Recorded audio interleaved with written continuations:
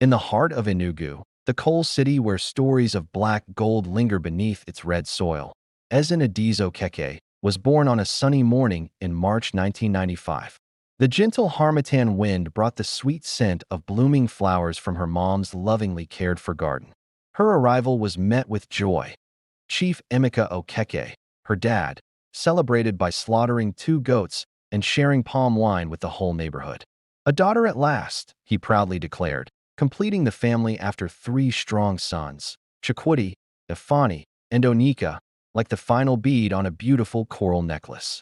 The Okeke family lived in a sprawling compound on Independence Layout, one of the city's most sought-after areas. Their home was a 2-story mansion painted in warm cream and brown, with tall gates watched over by a friendly Myguard named Musa. Inside, marble floors sparkled under stunning crystal chandeliers imported from Italy. They enjoyed constant electricity thanks to a massive generator that hummed softly in the backyard, powering air conditioners even during those annoying NEPA blackouts. The compound had it all: a boys' quarters for the driver and housekeeper, a poultry area where chickens clucked happily, and a big mango tree that provided the perfect shade for family hangouts. Chief Emeka made his fortune through his textile empire. He owned 3 large shops in Ogbete Main Market, supplying fabrics to traders all over the southeast. From Swiss voile to Guinea brocade and high-quality Ankara, he imported containers straight from Dubai and China. Politicians' wives and brides-to-be flocked to his shops for the latest styles. Okeke fabrics not the best, folks would say.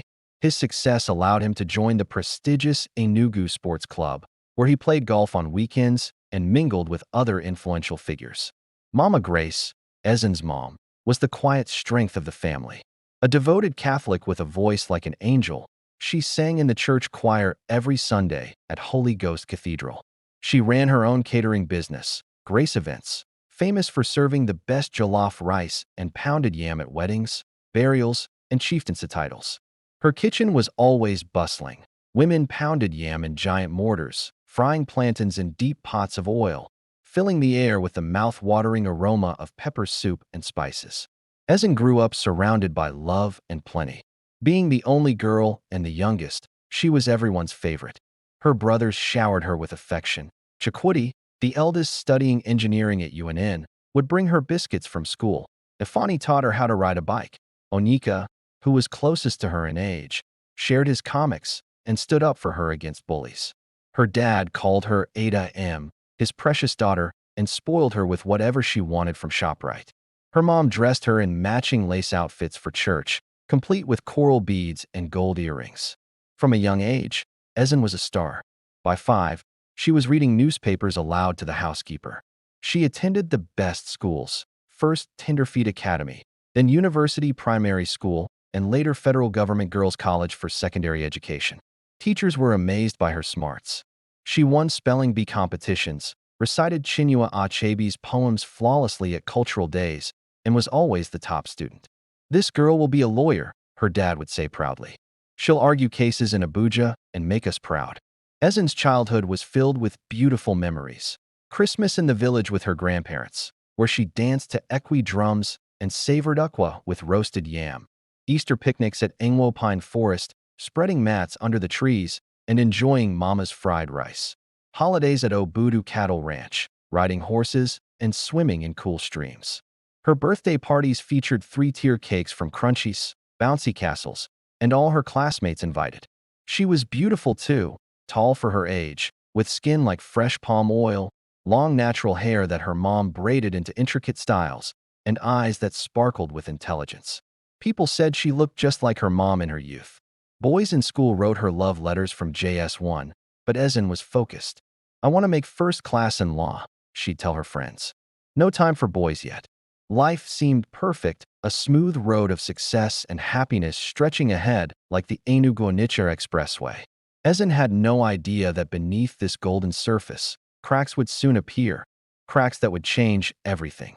For now, she was simply the golden girl of Enugu, cherished, privileged, and bursting with dreams. The world was hers to conquer. First love. Ezen was 17 when love found her in the most ordinary place, a crowded jam coaching center on Okpara Avenue. It was 2012, and the classroom was stuffy, filled with the smell of chalk dust and teenage nerves. Fans spun lazily overhead, doing little against the Enugu heat. Students huddled over past questions, muttering formulas and dates under their breath. Ezen sat in the second row, her notebook neat, her pen flying as the tutor explained quadratic equations. That's when she first noticed him, Chinidu Ease, 2 seats behind her on the right. He was tall, even while seated, with broad shoulders that strained against his school shirt. His skin was a deep, rich ebony that made people say "fine boy" without hesitation. But it was his smile that really caught her, wide, warm, and a little mischievous, flashing white teeth whenever the tutor cracked a joke. He had this habit of running his hand over his low-cut hair when he was thinking, and Ezen found herself glancing back more often than she should. They started chatting during break time. Ezen had gone outside to grab a fan yogo from the vendor at the gate, and Chinidu followed her. "You sabi this physics well, oh," he said, falling into step beside her. "I saw how you were answering questions. Beg, borrow me your notes small." She laughed, handing him the frozen yogurt instead of her book. "First buy me another one, then we'll talk about notes." And just like that, a friendship began. His full name was Chinidu Kenechukwu. His dad was a senior lecturer in political science at the University of Nigeria, Nsukka, and his mom sold provisions in a big shop near Ogbete Market. They lived in Yawani, not as wealthy as the Okekes, but comfortable enough. Generator, DSTV, 2 cars. Chinidu was in his final year at government secondary school, aiming for engineering. He was brilliant, but never acted like it. He played football for his school team, and on weekends, he coached younger boys at the local field. Soon enough, they were totally inseparable in class. They shared a desk, passed notes under the table, and playfully argued about who would ace the mock exam. After class, they'd walk part of the way home together, even if it meant Chinidu taking a longer route just to be with her. He started calling her on her old Nokia Torchlight phone every night, long chats about everything and nothing. They shared their dreams. She wanted to be a lawyer, and he dreamed of building bridges and skyscrapers. They laughed about their teachers, gossiped about classmates, and slowly, carefully, began to talk about their feelings. One evening, after a particularly tough chemistry class, Chinidu waited for her outside the gate. The sun was setting, painting the sky a beautiful orange over the hills. "Ezen," he said, suddenly serious, "I like you. Not just as a study buddy. I really, really like you." Her heart raced so loud she thought he could hear it. She had never had a boyfriend before, only crushes from a distance. But this felt different. Real. "I like you too," she whispered, looking down at her sandals. From that day on, they were official. Chinidu was the perfect first boyfriend. He wrote her sweet letters on scented paper, folding them into tiny squares and slipping them into her textbook. He saved his pocket money to buy her recharge cards, suya wrapped in old newspaper, or a cold bottle of Coke after class. On Valentine's Day, he surprised her with a single red rose and a card that said, "To my Ada, forever in my heart." He called her adorable pet names, Nnem, O Malika, my queen. They held hands under the desk, shared earphones to listen to Flavor's NWA Baby or Wizkid's early songs. Sometimes, he walked her all the way home, even if it made him late. Her mom noticed the glow on her face and teased, "This girl, who is putting a smile on your face like this?" But Ezen kept it a secret. Good girls didn't have boyfriends openly in SS3. As UTME approached, the pressure was on, but so was their bond. They studied together at the public library on weekends, heads bent over the same book, knees touching under the table. Chinidu would quiz her on government objectives, and when she got them right, he'd reward her with a quick kiss on the cheek when no one was looking. One Saturday, after a long study session, it poured rain. The kind of Enugu rain that turned roads into rivers. Chinidu's friend, Emeka, who lived nearby, offered his empty family flat for them to wait out the storm. The parents were away at a wedding in Onitsha. Emeka left them with a grin and a warning, "Behave oh." They sat on the couch, wet from the dash through the rain, laughing at how soaked they were. Chinidu draped his jacket over her shoulders. The room was quiet except for the rain drumming on the zinc roof. He looked at her, really looked, and said, "Ezen, I love you. I want us to be together always. University, NYSC, marriage, everything." She believed him. With every fiber of her 17-year-old heart, she believed him. They kissed, slowly at first, then deeper. Clothes came off in hesitant, trembling movements. It was awkward, tender, painful, and beautiful all at once. Esin cried a little afterward, not from regret, but from the overwhelming feeling of giving herself completely to someone she trusted so deeply. Chinidu held her close, whispering promises into her hair. "I'll never leave you. You're my wife already in my heart." For weeks after, they were closer than ever, planning their futures, attending UNN together, her in law, him in civil engineering. Traditional marriage in the village, a white wedding in the cathedral. Kids, 2 boys and a girl. A house in Independence layout, not far from her parents. Esin walked with a secret glow. She felt mature, chosen, loved. She imagined telling her mom one day, after university admission, and watching her parents welcome Chinidu with open arms. Everything felt eternal, but she had no idea how quickly forever could end. The heartbreak. It was a Tuesday afternoon in July 2012, the kind of day when the Enugu sky hung low and gray, threatening rain but never quite delivering. Esin had just finished her jam lesson and was walking home along Zik Avenue, her school bag heavy with textbooks, her mind light with thoughts of Chinidu. They had made plans for the weekend. He promised to take her to Mama Ngozi's buka for her favorite akpa, and then to the cinema at Polo Park to see some new Nollywood romance. She smiled to herself, replaying his last text message. "Can't wait to see my queen on Saturday, Red Heart." When her phone rang, she answered immediately, expecting his voice. "Hello, baby," she said playfully. But the voice on the other end was strangely flat. "Esin," Chinidu said. No NNEM, no laughter, no warmth. Just her name. Her steps slowed. "Chinidu, what's wrong? You sound different." There was a long pause. She could hear traffic in the background, Okada engines, horns blaring. He was probably near his house in Yawani. "Esin," he repeated, "we can't continue like this. I think we should stop." The words didn't make sense at first. She stopped walking completely, standing under a neem tree as people brushed past her. "Stop what? The lessons? Or us?" "Us," he said quietly. "I'm sorry. It's over." Her heart started pounding, so hard she felt it in her throat. "Chinidu, what are you saying? We were fine yesterday. We spoke last night for 2 hours. You said you loved me. What happened?" Another pause. Longer this time. "It's not you, Esin. It's me. I'm not ready for all this." "All this?" Her voice rose. "All this meaning what? Holding hands? Planning a future? Or the fact that I gave you everything? My heart, my body, my trust?" He didn't answer directly. "I'm really sorry. Please don't cry. You're a good girl. You'll find someone better." She was crying now, hot tears rolling down her cheeks in broad daylight. People glanced at her, a pretty girl in school uniform weeping under a tree, but no one stopped. "Chinidu, tell me the truth. Is there another person? Did I do something wrong? Talk to me." "No, no other person," he said quickly. Too quickly. "I just need space. My parents, university. I don't know. I can't explain it. Please understand." But there was nothing to understand. No fight. No betrayal she could point to. No gradual cooling off. Just love one day, and nothing the next. She begged. She pleaded. She asked him to meet her so they could talk face to face. "Come to my house, or I'll come to yours. Let's fix this." "I can't," he said. "It's better this way." Clean break. Then he hung up. Esin stood there for what felt like hours, staring at the phone, willing it to ring again with an apology, an explanation, anything. But it stayed silent. She walked home in a daze, the world blurred through tears. When she reached the compound, she slipped past the MyGuard, ran up to her room, locked the door, and collapsed on the bed. The crying started then, deep, gut-wrenching sobs that shook her whole body. She cried until her throat was raw, until her pillow was soaked, until her mother knocked on the door asking if she was okay. "I'm fine, Mummy," she lied through the door. "Just a headache from reading." But she wasn't fine. For days, she replayed every single moment. Had she been too clingy? Too serious about the future? Was it because she wasn't pretty enough anymore?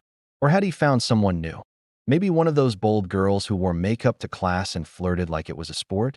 She called him over and over. The first few times, he picked up, repeating the same lines. "I'm sorry. It's over. Please move on." Then he ghosted her. Texts went unread. WhatsApp messages stayed on one tick. She even showed up at the coaching center, hoping to catch a glimpse of him, but he had stopped coming altogether. Her friends tried to help. Her good pals from church brought food, and prayed with her. But Ada and Chioma, the wild ones, were like, all men are the same. Forget him. Come out with us tonight. Inside, something hardened. One night, lying in the dark, Ezen stared at the ceiling and made a vow to herself. No more tears for any boy. No more trust. No more giving her heart or her body until she was old enough, wise enough, and absolutely ready. I will not love again, she whispered fiercely into the silence. Not until I'm 30. Not until I'm ready to marry and nothing else. No man will ever hurt me like this again. She wiped her face, sat up, and deleted every single photo of Chinidu from her phone. She burned the love letters in a metal bowl in the backyard when no one was watching. She blocked his number and unfollowed him everywhere. But the pain didn't leave. It settled deep inside her like a heavy stone. She didn't know it then, but that stone would shape every decision she made for the next 13 years. The heartbreak wasn't just the end of a teenage romance. It was the beginning of a war against love, against men, and against the vulnerable girl she used to be. And in war, sometimes the person who gets hurt the most is the one who starts it. The weeks after the breakup passed in a haze of forced smiles and hidden tears. Ezen still went to school, still aced her tests, still helped her mom serve food at Grace events on the weekends. To everyone else, she was still the same golden girl, polite, brilliant, untouchable. But inside, a storm was raging. Every love song on the radio felt like a personal attack. Every couple she saw holding hands on the street was a reminder of what she had lost. Sleep brought nightmares of Chinidu's smile turning cold, waking her up in a sweat. Her good friends, Ojeki from the choir and Ifyananya from the debate club, did their best to support her. They'd come over with novels and biscuits, sitting on her bed, just letting her cry. He doesn't deserve you, Ojeki would say, stroking her hair. God has someone better. They prayed with her, reading psalms about the Lord being close to the brokenhearted. But their gentle comfort felt too soft, too slow. Ezen didn't want healing just yet. She wanted the pain to mean something. She wanted to feel powerful again. That was when Ada, Chioma, and Vivian re-entered her life, silently, like smoke under a door. She'd known them loosely since junior high. Girls whose families were comfortable, but not quite on the same level as hers. Ada's dad was a customs officer who traveled a lot. Chioma's mom sold fancy fabrics in a major market.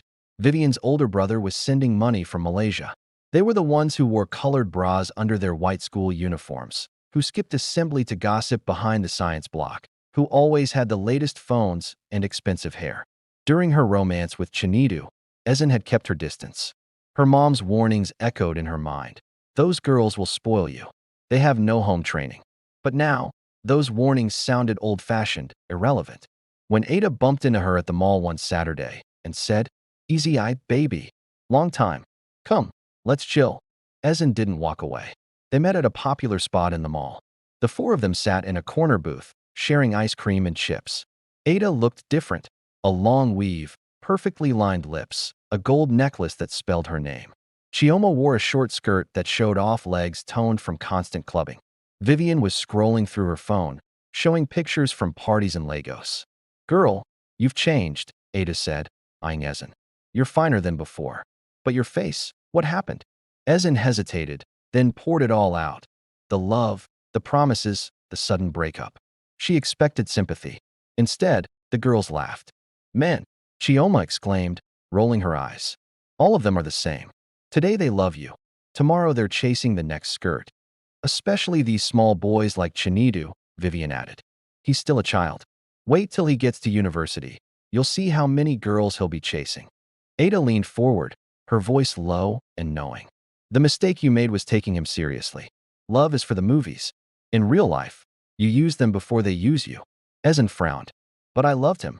"Love won't buy you Brazilian hair," Ada shot back. "Love won't take you to Dubai. Look, forget that boy. Come out with us tonight. We're going to a club.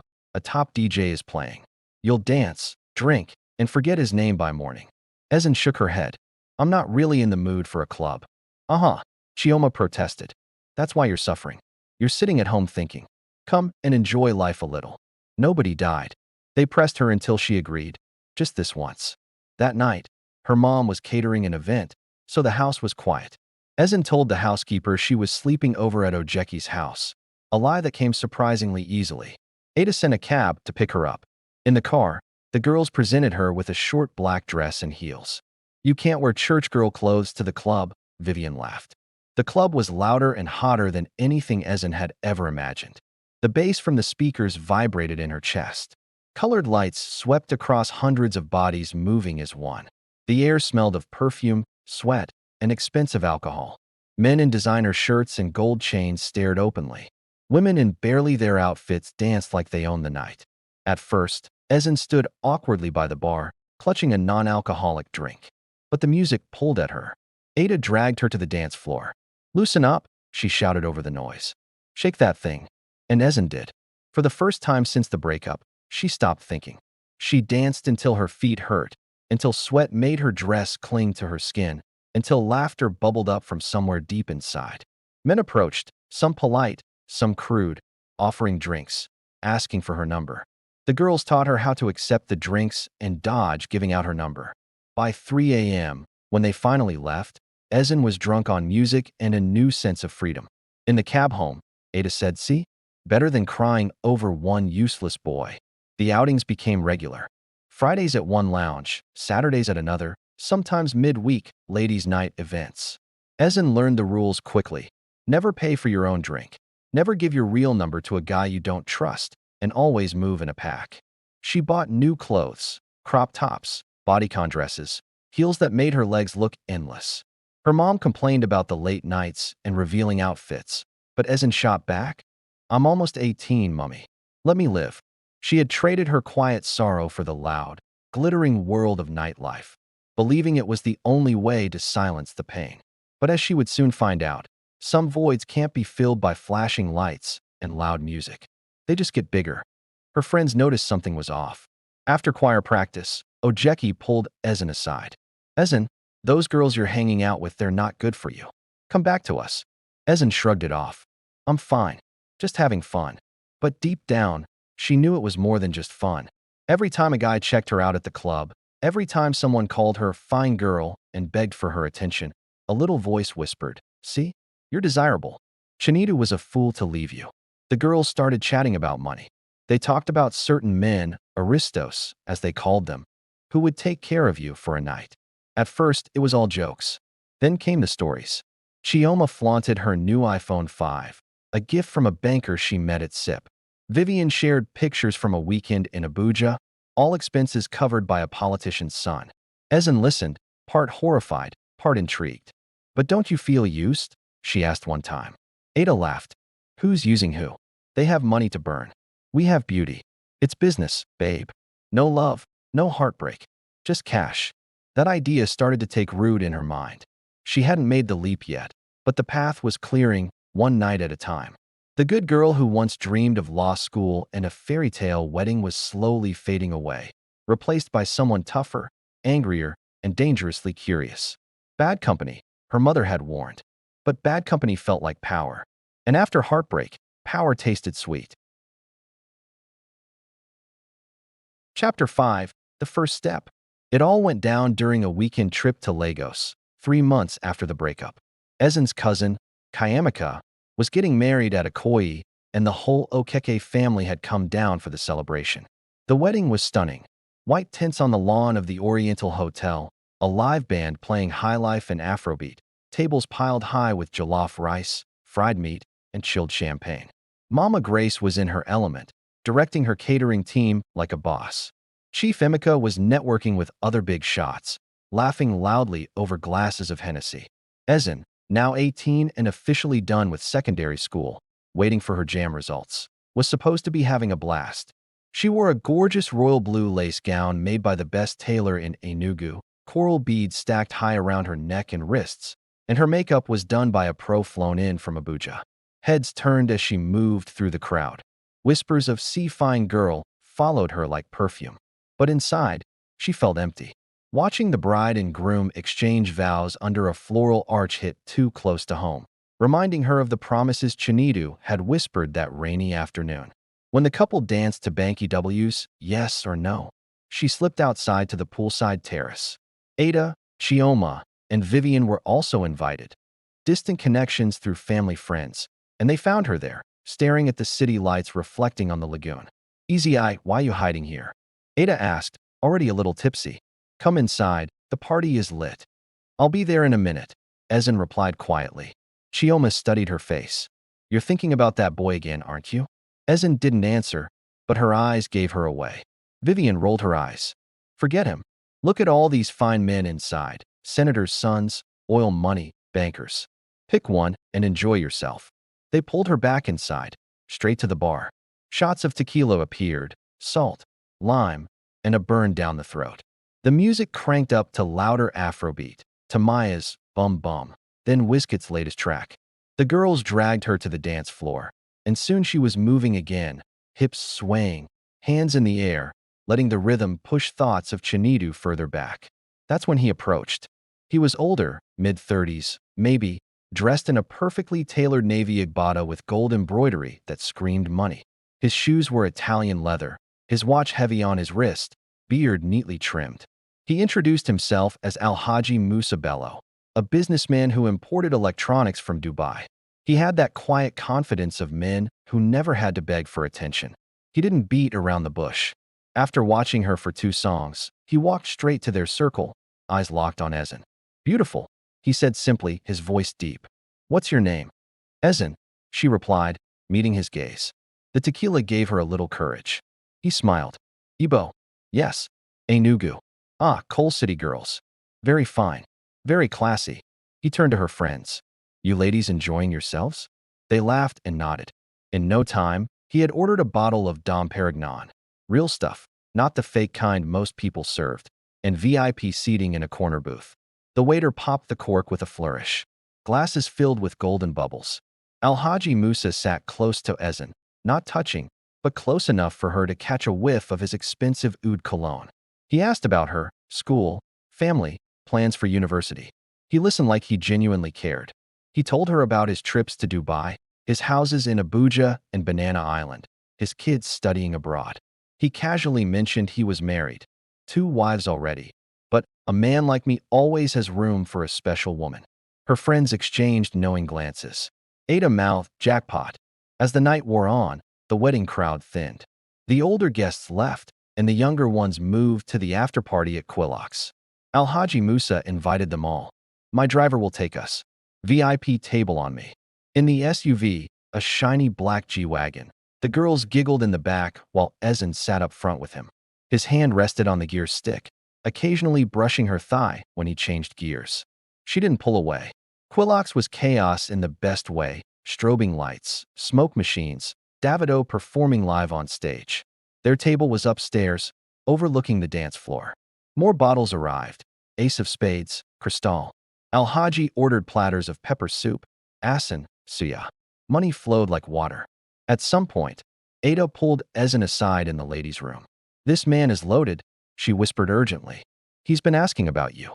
He wants to take you to his hotel tonight. He's offering 250,000. Ezen stared at her reflection in the mirror. Eyes slightly red from champagne, lipstick faded. 250,000 naira. That was more than her dad gave her in 6 months of allowance. For what? She asked, though she already knew. Ada shrugged. Just keeping him company. Sleepover. Nothing serious. He's clean, gentle, and rich. No strings attached. Ezen's heart raced. Part of her screamed no. This was wrong. Crossing a line her mother would never forgive. But another part, the one still hurting from Chinedu's betrayal, whispered something darker. Why not? Men take what they want and walk away. Why should I always be the one left hurting? Why shouldn't I take something back? She thought of Chinedu, probably asleep in his parents' house right now, not giving her a second thought. All those promises he made while taking her virginity? They meant nothing. I'll do it, she said finally. Ada grinned and hugged her. Good girl. You won't regret it.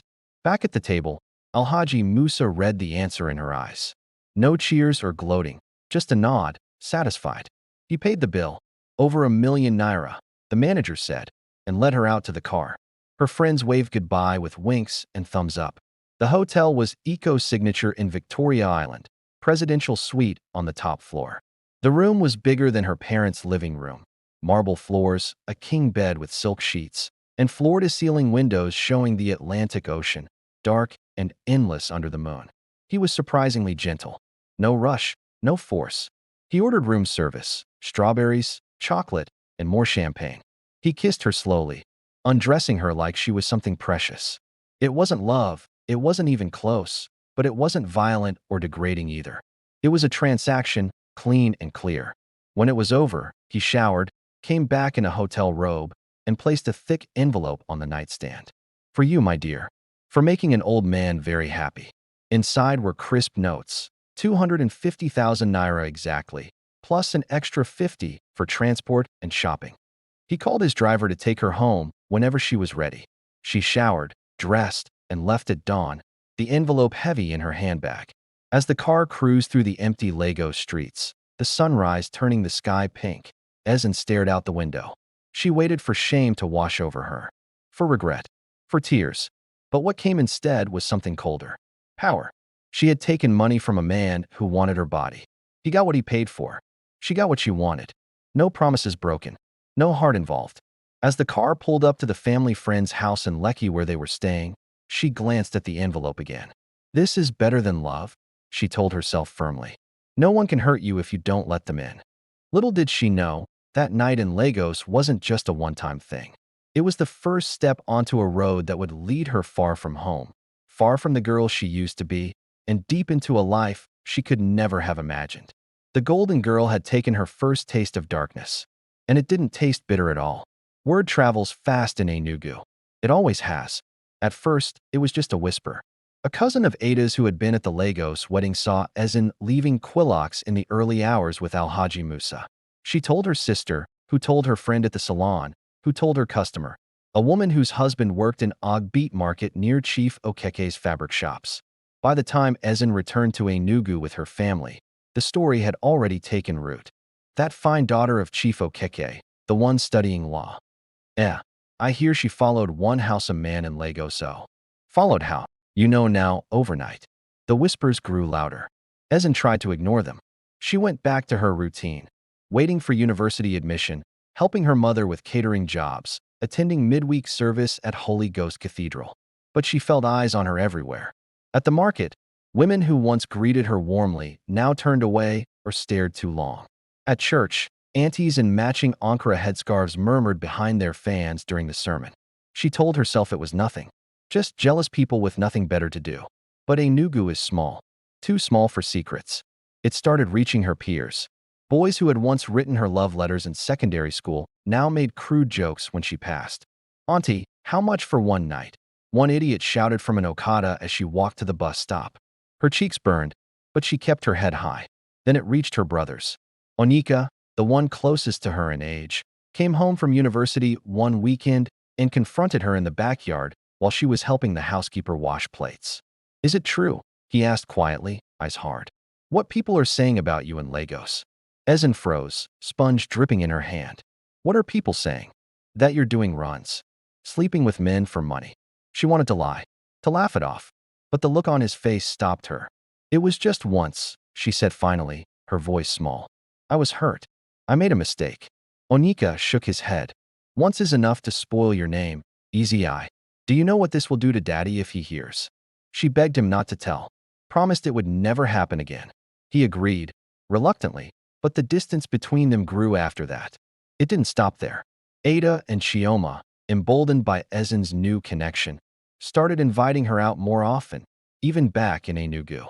Small lounges, house parties in GRA, hotels where men from Abuja came for business. Ezen went. Not every time, but enough. The money was easy. 50,000 here, 100,000 there. She bought herself a new BlackBerry Bold, expensive weave-ons, shoes from Polo Park boutiques. She told her mother the money came from helping with catering jobs. But mothers know. One evening, Mama Grace called her into the bedroom. The door was closed, a bad sign. Ezen, she began softly, I have been hearing things. Bad things. About you and men. Old men. Is it true? Ezen's stomach dropped. She knelt immediately, the way children do when seeking mercy. Mummy, it's not like that. People are just lying. Her mother looked at her for a long time. I pray it is lies. Because if it is true, you are destroying yourself. And you are destroying this family. Ezen cried, promised again that it would stop. And for a few weeks, it did. But the damage was already spreading. The final explosion came on a Sunday after Mass. Chief Emeka Okeke was a proud man. He walked into church with his family every week, chest out, agbada flowing, greeting bishops and knights of the church. People respected him, feared him a little. His name opened doors. That Sunday, as they were leaving the cathedral, a business associate, Mr. Nwachukwu, who owned filling stations, pulled him aside near the car park. "Chief, Biko, there is something I must tell you as a brother," he began, voice low. "It is about your daughter, Ezen." Chief Okeke's smile was bright at first. "Yes? She got admission?" Mr. Nwachukwu hesitated, his expression turning serious. "No, Chief. I hear she's hanging out with bad girls. They say she started prostitution. In Lagos. Even here in Enugu. People are talking. I didn't want to believe it, but I saw her myself one night at De Roses with some of those Ashawo girls and a big man." The smile vanished from Chief Okeke's face. The ride home was silent, the air thick with tension, like before a storm. Once they got to the compound, he told everyone else to head inside. Then he called Ezen to the parlor, the formal one with leather sofas and family portraits on the wall, reserved for important visitors. He sank into his favorite armchair, and she stood before him, heart racing. "Is it true?" he asked, his voice steady but too calm. "Daddy, is it true?" he pressed, his tone louder this time. Tears welled in her eyes. She couldn't lie to him. "It started after that boy broke my heart," she whispered. "I was angry. I made mistakes. But I've stopped. I promise." He stared at her, as if seeing a stranger. "Mistakes," he echoed, disbelief coloring his voice. "You call bringing shame to my name a mistake? Do you know what people are saying? That my only daughter, my Ada, is now a common prostitute? That men are paying to sleep with you." His voice grew louder with each word. "I built this name with my sweat. I sent you to the best schools. I gave you everything. And this is how you repay me." He stood up suddenly, pacing the room. "Do you know what this means? No decent man will marry you now. No family will allow their son near you. You've destroyed your future." Ezen sobbed on the floor. "Daddy, please. Forgive me. I'll change." But he was past the point of forgiveness. "From today," he said, his voice trembling with rage and pain, "you are no longer my daughter. Pack your things and leave this house. I don't want to see your face again." Mama Grace rushed in, begging and crying, holding onto his legs. "Emeka, Biko, she's our only girl. She'll change." But Chief Okeke was unyielding. "A rotten fruit will spoil the whole basket. Let her go." That night, under the cover of darkness, Ezen packed 2 bags. Her mother slipped her some money and a small ganamusko filled with clothes and provisions, tears streaming down her cheeks. "Go to Lagos," Mama whispered. "Stay with Auntie Ngozi and Festac until you find your feet. And please, my daughter, change. For your sake." Onyeka helped carry her bags to a taxi waiting outside the gate. He hugged her tightly, his eyes glistening. "Be careful, Easy Eye. Call me when you get there." As the taxi pulled away, Ezen glanced back at the compound, the mango tree, the generator house, the lights in the windows. Her home. She cried silently all the way to the park. By morning, she was in Lagos, the city of dreams, the city that swallows girls like her whole. Little did she know, the shame from her hometown was just beginning to follow her. Names stick. Reputations travel faster than people. And in Nigeria, once a girl is labeled a shawo, it's nearly impossible to shake that tag. Ezen had lost her family, her name, her home, but she still had her beauty. And in Lagos, beauty could be currency. She wiped her tears as the bus crossed the Niger Bridge. A new life was starting. Whether it would save her or destroy her completely, only time would tell. Chapter 7. Escape to Lagos. The luxury bus from Enugu pulled into Oshodi at dawn, the sky a dull gray hinting at another hot Lagos day. Ezen stepped off with her 2 bags and the small ganamusko her mother had packed, the air thick with the smell of diesel, fried plantain, and sweat. Tout boys shouted for passengers, Okada riders revved their engines, and hawkers shoved pure water sachets and gala at windows. It was chaos, but the kind of chaos that swallowed people whole. And that was exactly what Ezen wanted. Auntie Ngozi, her mother's younger sister, was waiting in an old Toyota Camry. A nurse at Lagos University Teaching Hospital, she had been widowed early and had 2 teenage sons. She hugged Ezen tightly without asking questions at first, just murmuring, "Ndu, my daughter. Welcome." As they drove over the 3rd mainland bridge, The lagoon sparkling below, Auntie Ngozi finally spoke. Your mother called me. She told me everything. I won't judge you. But this city is not kind to girls who make mistakes. You'll stay with me in Festac until you find your way. But you must be careful. Ezen nodded, staring out at the endless stream of cars. I just want to start again, Auntie, where nobody knows my name. She stayed in Festac for 3 months. The house was small but cozy, 3 bedrooms, constant noise from neighbors blasting music, kids running in the corridors. Auntie Ngozi's sons, Chuka and Emeka, treated her like an older sister, sharing their PlayStation and teasing her about her Enugu accent. She helped with cooking and cleaning, went to the market at 23 Road, and attended Mass at St. Augustine's Catholic Church. For a while, she almost convinced herself she could live quietly, maybe enroll in a computer school, learn Microsoft Office, and get a job as a secretary. But Lagos has a rhythm, a pull.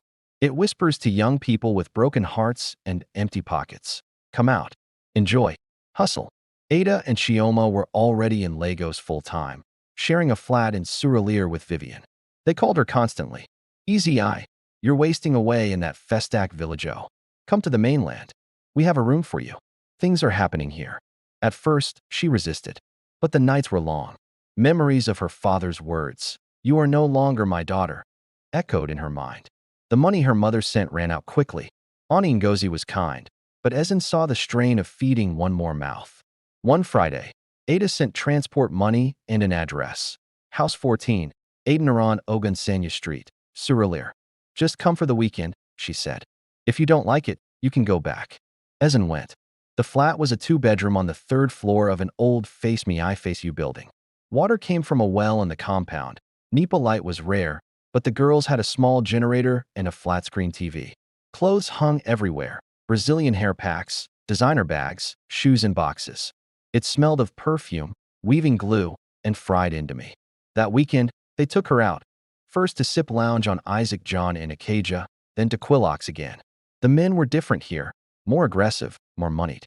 Bankers in suits after work, oil workers fresh from the rig, Lebanese businessmen, even a few Nollywood actors. Ezen watched how easily her friends worked the room. Smiles, touches on the arm, whispers that led to envelopes later. On Saturday night, a man approached her, tall, dark, in his 40s, and wearing a crisp white kaftan. He introduced himself as Chief Okafor, an importer from Idamota. He bought bottles without even glancing at the price, asked about her life, and genuinely listened like she mattered. By the end of the night, he offered to drop her off. In his Range Rover, cruising through the empty streets, he got straight to the point. I like you. You're classy, not like these other girls. Why not spend the weekend with me at my guest house in Lekki?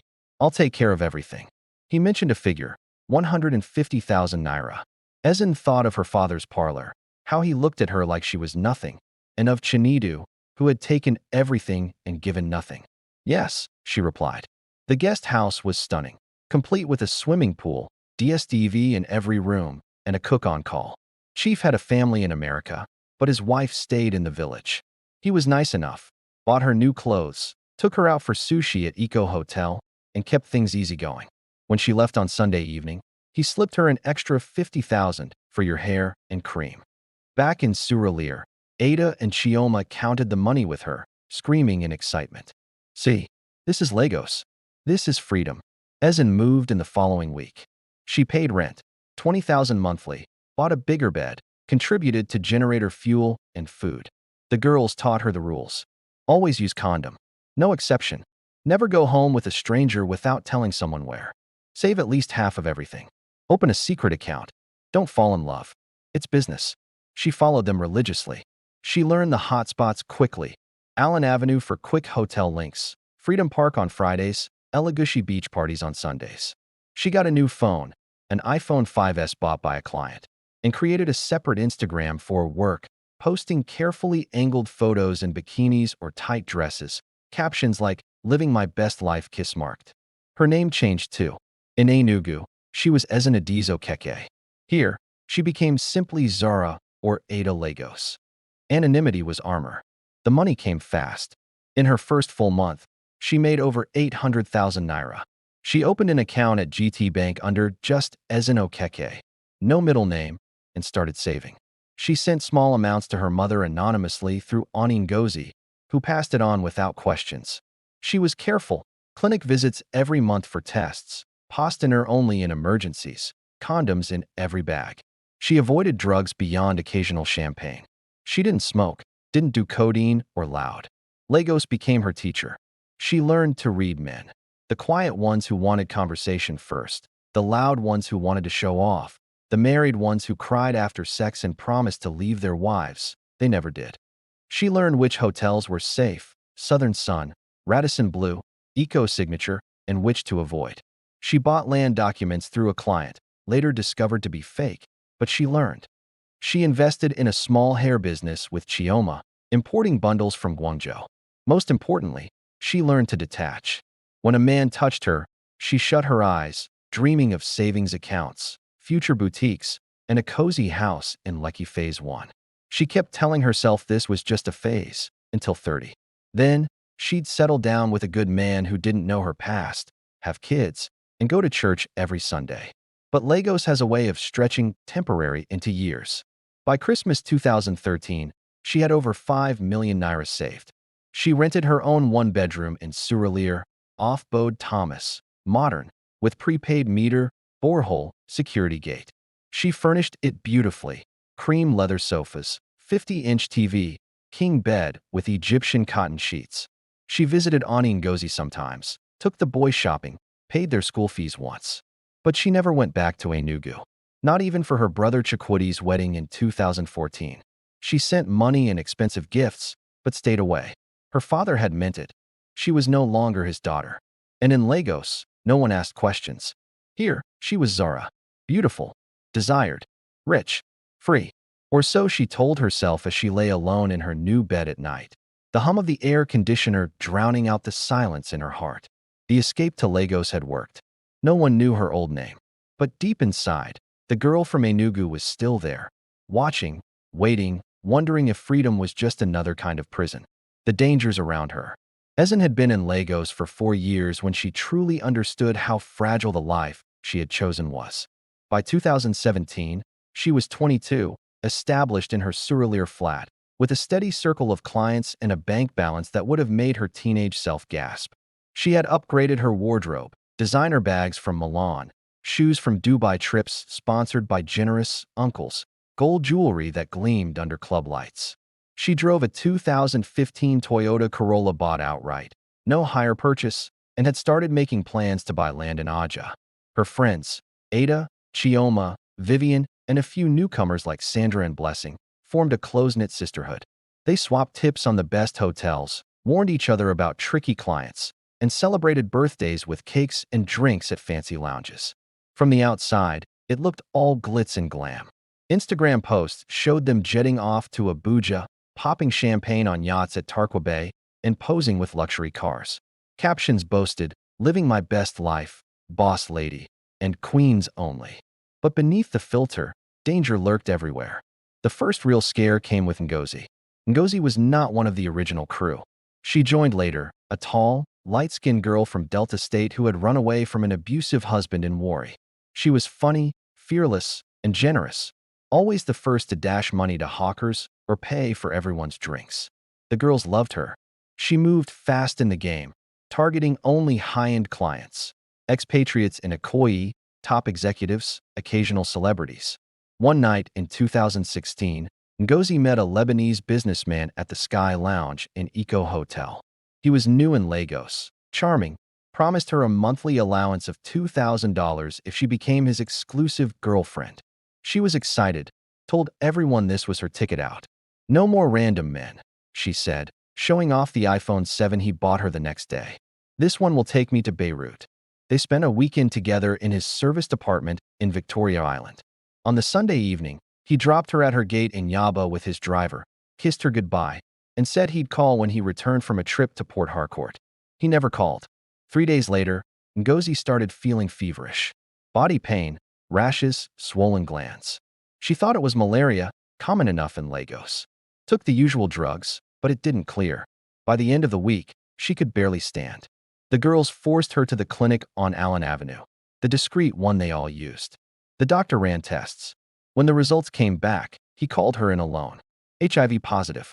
Ngozi came out of the office white as tissue paper. She didn't cry at first, just sat in the waiting room staring at the floor. Then she started shaking. The Lebanese man had used a condom the first night, she said later, but not the second or third. He swore he was clean, promised he got tested regularly. The girls rallied around her, paid for the best ARVs at a private hospital in Ikeja. Ada's older sponsor even connected her to a specialist in South Africa. But the damage was done. Ngozi wasted away quickly. The drugs helped, but her spirit broke. She stopped going out, stopped answering calls from clients. She moved back to Warri to be with her mother, and 6 months later, word came that she had died from complications. At the small memorial the girls held in a Surulere bar, Ezen stared at Ngozi's picture on the table, smiling, beautiful, full of life, and felt ice in her veins. She trusted him, Chioma whispered. Just one mistake. Ezen went home that night and threw out every condom that wasn't new. She started double-checking expiry dates like a mad woman. Then came Amaka. Amaka was loud, dramatic, and ambitious. She wanted to blow, become an influencer, maybe act in movies. She dated politicians openly, posted cryptic messages about senators and governors on Instagram. In 2018, she got pregnant by a married honorable from the House of Representatives. He was powerful, flashy, always surrounded by police escorts. At first, he was happy, promised to buy her a house in Asakoro, send her to London to deliver. But when she refused to abort, "This is my chance to secure my future," she told the girls. He changed. One night, after an argument over the phone, 2 men on Okada followed her home from a club in 6. They dragged her into a bush along Ozumbum Badu, beat her until she miscarried, left her bleeding on the ground. She survived, but barely. Spent weeks in Reddington Hospital. The baby was gone. The Honorable denied everything, said she was just a random girl trying to blackmail him. Police never investigated properly. Amaka left Lagos and somehow ended up in Canada, thanks to another client. After that, she vanished without a trace. Then there was Sandra. Sandra was the youngest, barely 20 when she joined the crew in 2019. She had this soft, pretty vibe, complete with dimples and a gap-toothed smile. She was dating a flashy Yahoo boy, the kind with tinted G-Wagons and a harem of girlfriends. He spoiled her, renting her a flat in Lekki Phase 1 and even buying her a Mini Cooper. But Yahoo boys come with enemies. One morning in 2020, during the COVID lockdown, armed robbers broke into her apartment. These weren't your run-of-the-mill thieves. They knew exactly where her jewelry and cash were stashed. They tied her up, beat her, and assaulted her before shooting her in the head and leaving her for dead. The police called it a robbery gone wrong. But the girls knew better. It was a message. Her body was discovered 2 days later when neighbors complained about the smell. Ezen went to the morgue with Vivian to identify her. She can still picture the cold room, the sheet pulled back, revealing Sandra's swollen, bruised face, her eyes wide open in shock. She lost her lunch in the parking lot afterward. There were smaller, constant dangers too. Chioma was robbed at gunpoint on the 3rd mainland bridge, losing her phone, bag, everything. Vivian was drugged at a party in Banana Island. She woke up in a hotel with no memory of the night and bruises on her thighs. Ada got into a fight with a client who refused to pay after a weekend in Calabar. He slapped her and locked her in the room until she behaved. And yet, nothing ever touched Ezen. Not once. Clients were always respectful. Maybe because she carried herself differently, spoke well, and never seemed desperate. She avoided politicians and Yahoo boys, sticking to businessmen, expatriates, and quiet married men who wanted discretion above all. She tested negative every month without fail. No pregnancies, no robberies, no violence. The girls started joking about it. "Easy eye, you have a strong head, oh," Ada would tease. "Is it jazz? Your village people they protect you." Ezen laughed it off, but deep down, she wondered. She still wore the small juju bead her grandmother had tied on her wrist as a child, a black thread with a single red bead. Her grandmother, Mama Nwok, was known in the village for having a strong eye. Before Ezen left for secondary school, Mama had prayed over her, tied the bead, and said, "This will protect you from evil until you're ready to settle." Ezen never took it off. Some nights, after hearing another horror story, she would touch the bead and whisper thanks to God, to her ancestors, to whatever force was looking out for her. But protection came at a cost. She watched her friends suffer, one by one, feeling a mix of survivor's guilt and fear. Every time she was with a man, she wondered, will this be the night the condom breaks? Will this be the client who turns violent? Will this be the day my luck runs out? She became even more cautious. 3 clients max per week. No overnights with new men. Location shared with Ada via WhatsApp at all times. Emergency cash stashed in her bra.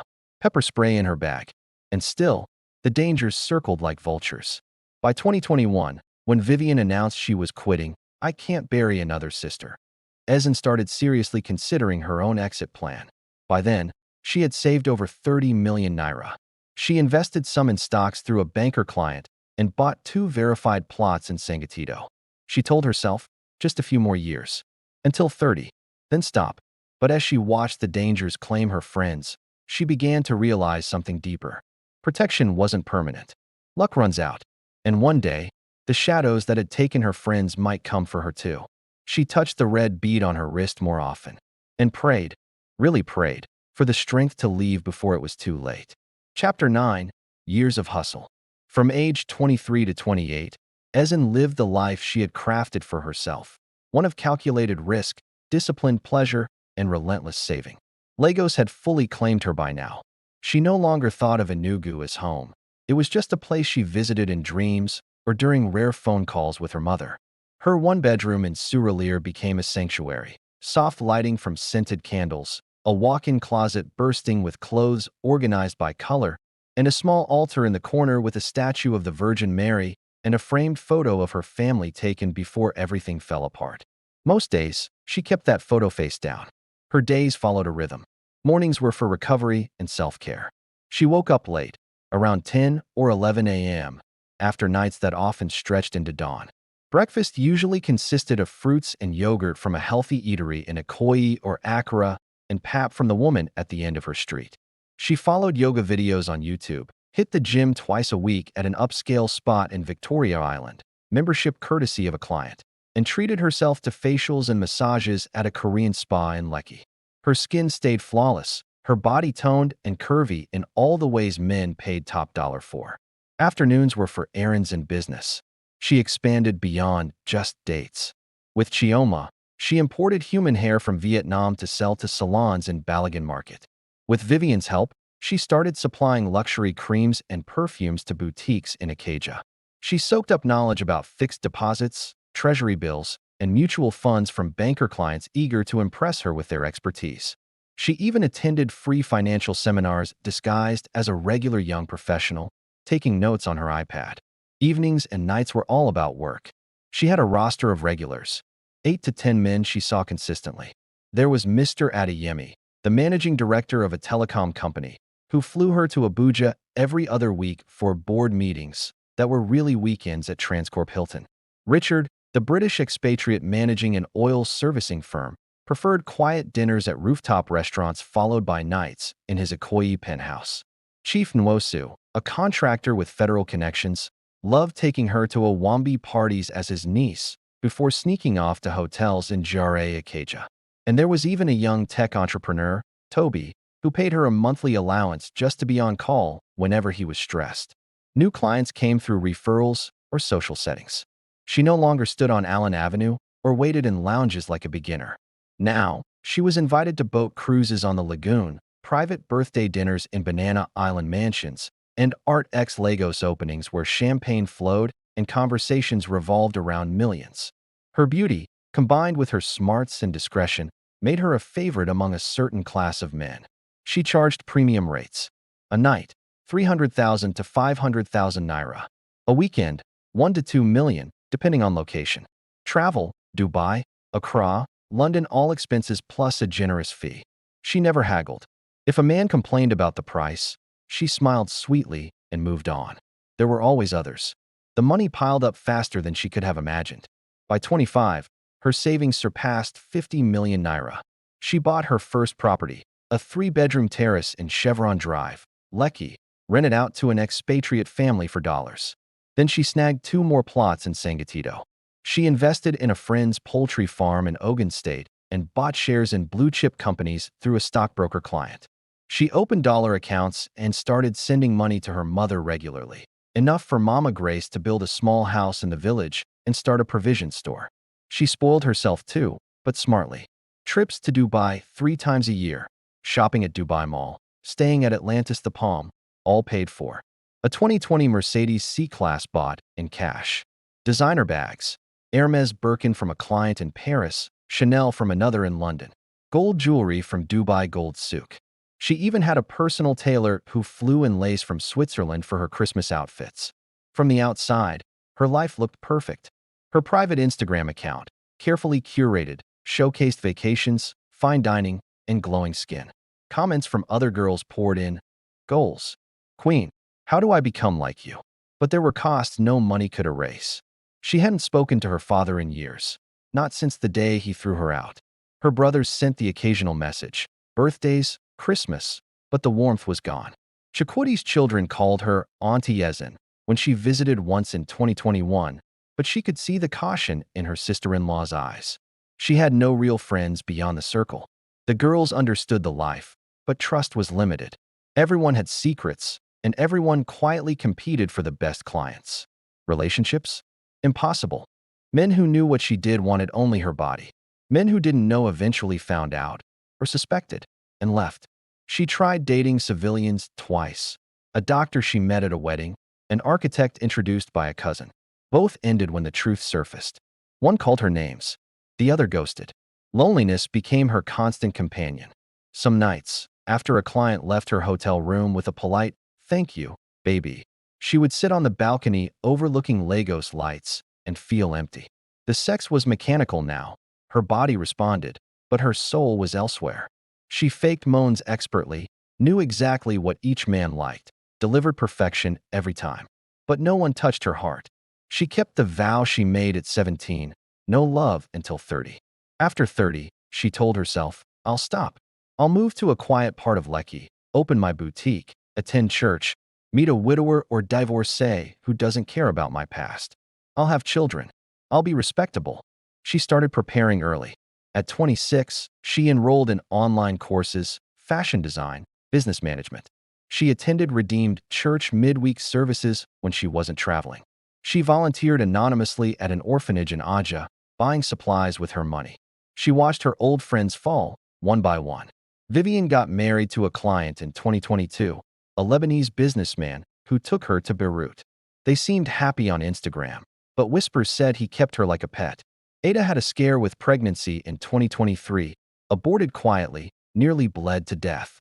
Chioma was arrested during a raid at a popular Six club, spent a night in cell before a client bailed her. Yet Ezen sailed through untouched. By 28, her net worth was over 150 million naira.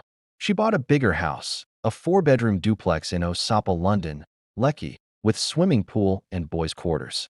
She furnished it slowly, dreaming of the day children would run through its halls. She reduced her clients to 5 regulars only, started turning down new ones. The end was in sight. 30 was coming. She could almost taste the freedom. But Lagos nights are long, and old habits die hard. Some evenings, when a handsome new client with charming words and deep pockets appeared, she still said yes. Just one more, she'd tell herself. Just to add to the savings. Just until I'm really ready to stop. The years of hustle had made her rich, but they had also made her someone she barely recognized in quiet moments. The girl who once dreamed of arguing cases in the Supreme Court was gone. In her place stood Zara, beautiful, powerful, wealthy, and deeply, quietly, afraid that when 30 finally came, the life she had built on nights with strangers might not let her go so easily. She touched the red bead on her wrist, the one her grandmother tied years ago, and whispered a prayer into the dark. "Protect me a little longer, just until I'm free." The year Ezen turned 29, 2024, was the year everything began to shift. She woke on her birthday, March 15th, to the soft hum of the air conditioner in her Osapa, London duplex. Sunlight filtered through sheer white curtains, dancing on the marble floor. The house was quiet. Housekeeper off for the day, no clients scheduled, no friends coming over. She had planned it that way. No party, no club, just her. She lay in bed for a long time, staring at the ceiling. 29. 1 year away from the deadline she had set for herself all those years ago in the darkness of her Enugu bedroom. No love, no settling until 30. Back then, 30 had seemed ancient, a distant shore where wisdom and safety waited. Now it was tomorrow.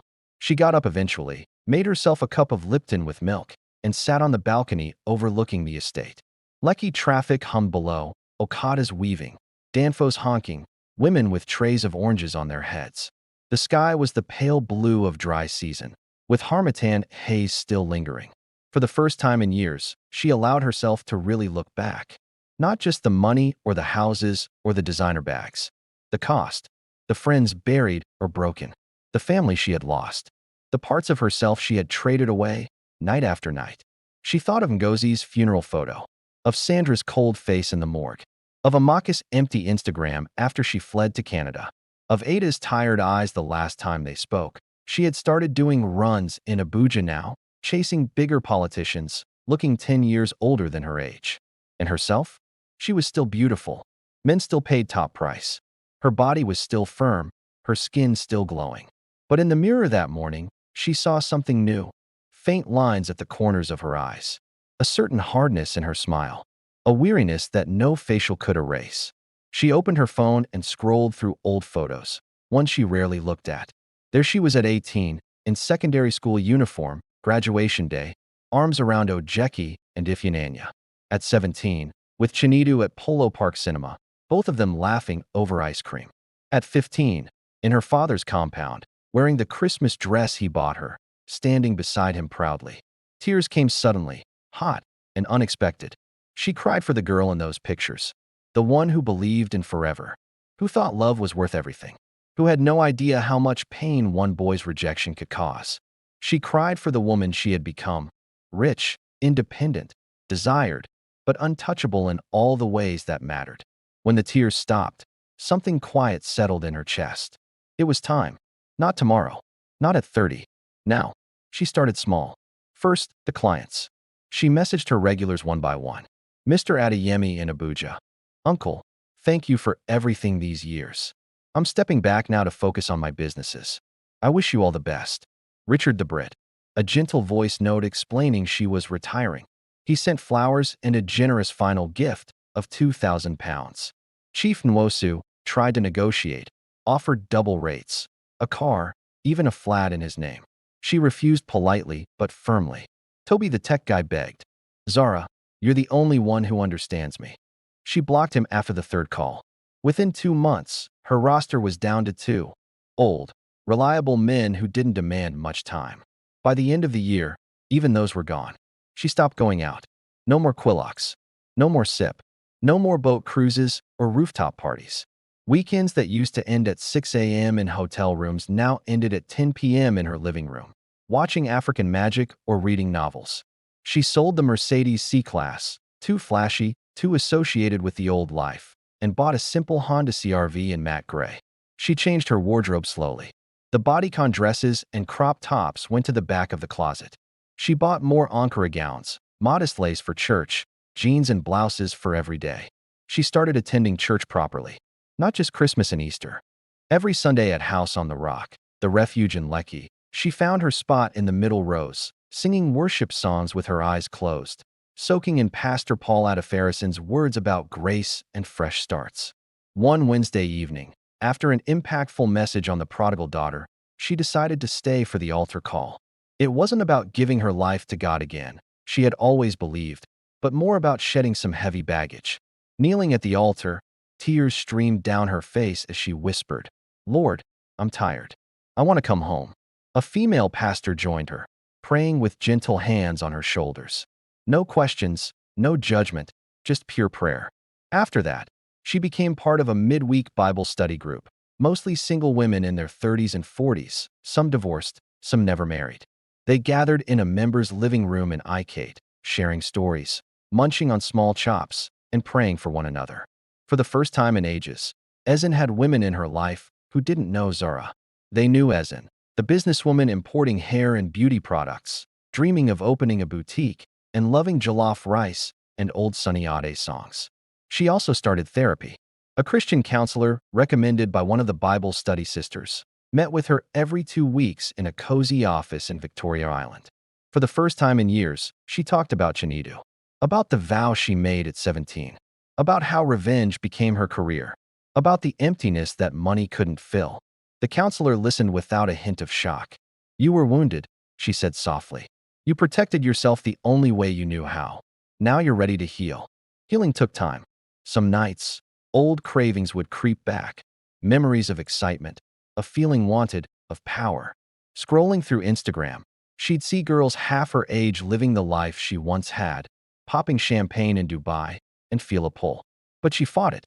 She deleted her old Zara Instagram account and started fresh under her real name, private, just for family and new friends. She reached out to her mom more often, enjoying long Sunday calls after church. Mama Grace never brought up the past. She just talked about the village, the new store, and how proud she was that Ezen was doing well. Her brothers were warming up too. Onyeka invited her to his son's birthday in Port Harcourt. She went, and while it felt awkward at first, his wife watching her closely, the kids ran to her, calling Big Auntie, and something inside her loosened. She still hadn't spoken to her dad, but she prayed for him every night.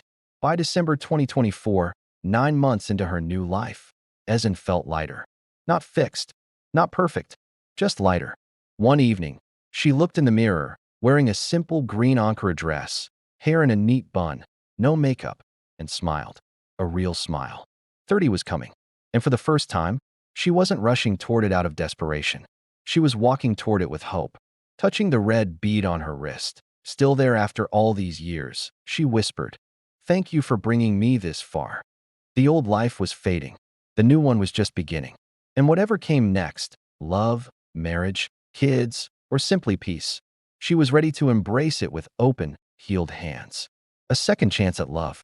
March 2025 rolled in with the full force of Lagos' dry season, hot, dusty, and relentless. Ezen was 30 now, officially past the milestone she had clung to for 13 years. She celebrated quietly, Sunday service at House on the Rock, lunch with her Bible study sisters at a cute restaurant in Lekki Phase 1, then home for a homemade cake and a glass of non-alcoholic wine on her balcony. No champagne, no club, no men.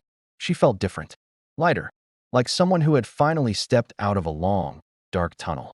Her boutique, Zara's Touch, was under construction in a prime spot on Admiralty Way. She had hired a solid contractor, picked elegant cream and gold interiors, and was eagerly waiting for her latest shipment of designer gowns from Istanbul. The hair import business was steady. Her investments were growing. Church was consistent. Therapy was helping. She was even planning a quiet visit to Enugu in April to see her mom and maybe try to reconcile with her dad. Life was peaceful. Then Obina happened. It was at a wedding in Lekki, a stunning garden ceremony for the daughter of one of her Bible study sisters, Tolu. The venue was an event center overlooking the lagoon, adorned with white roses and fairy lights. Ezen wore a modest teal lace gown that skimmed her figure without clinging, her natural hair in soft curls, minimal jewelry. She looked elegant and serene, nothing like the old Zara. While helping Tolu's mom arrange the Asoebi ladies, she spotted him across the canopy, tall, dark-skinned, with a neatly trimmed beard, dressed in a well-fitted navy blue agbada. He was laughing with a group of guys, but his gaze kept drifting toward the women's side. When their eyes finally met, he smiled, a slow, warm smile that lit up his face. Later, during the reception, he approached her table.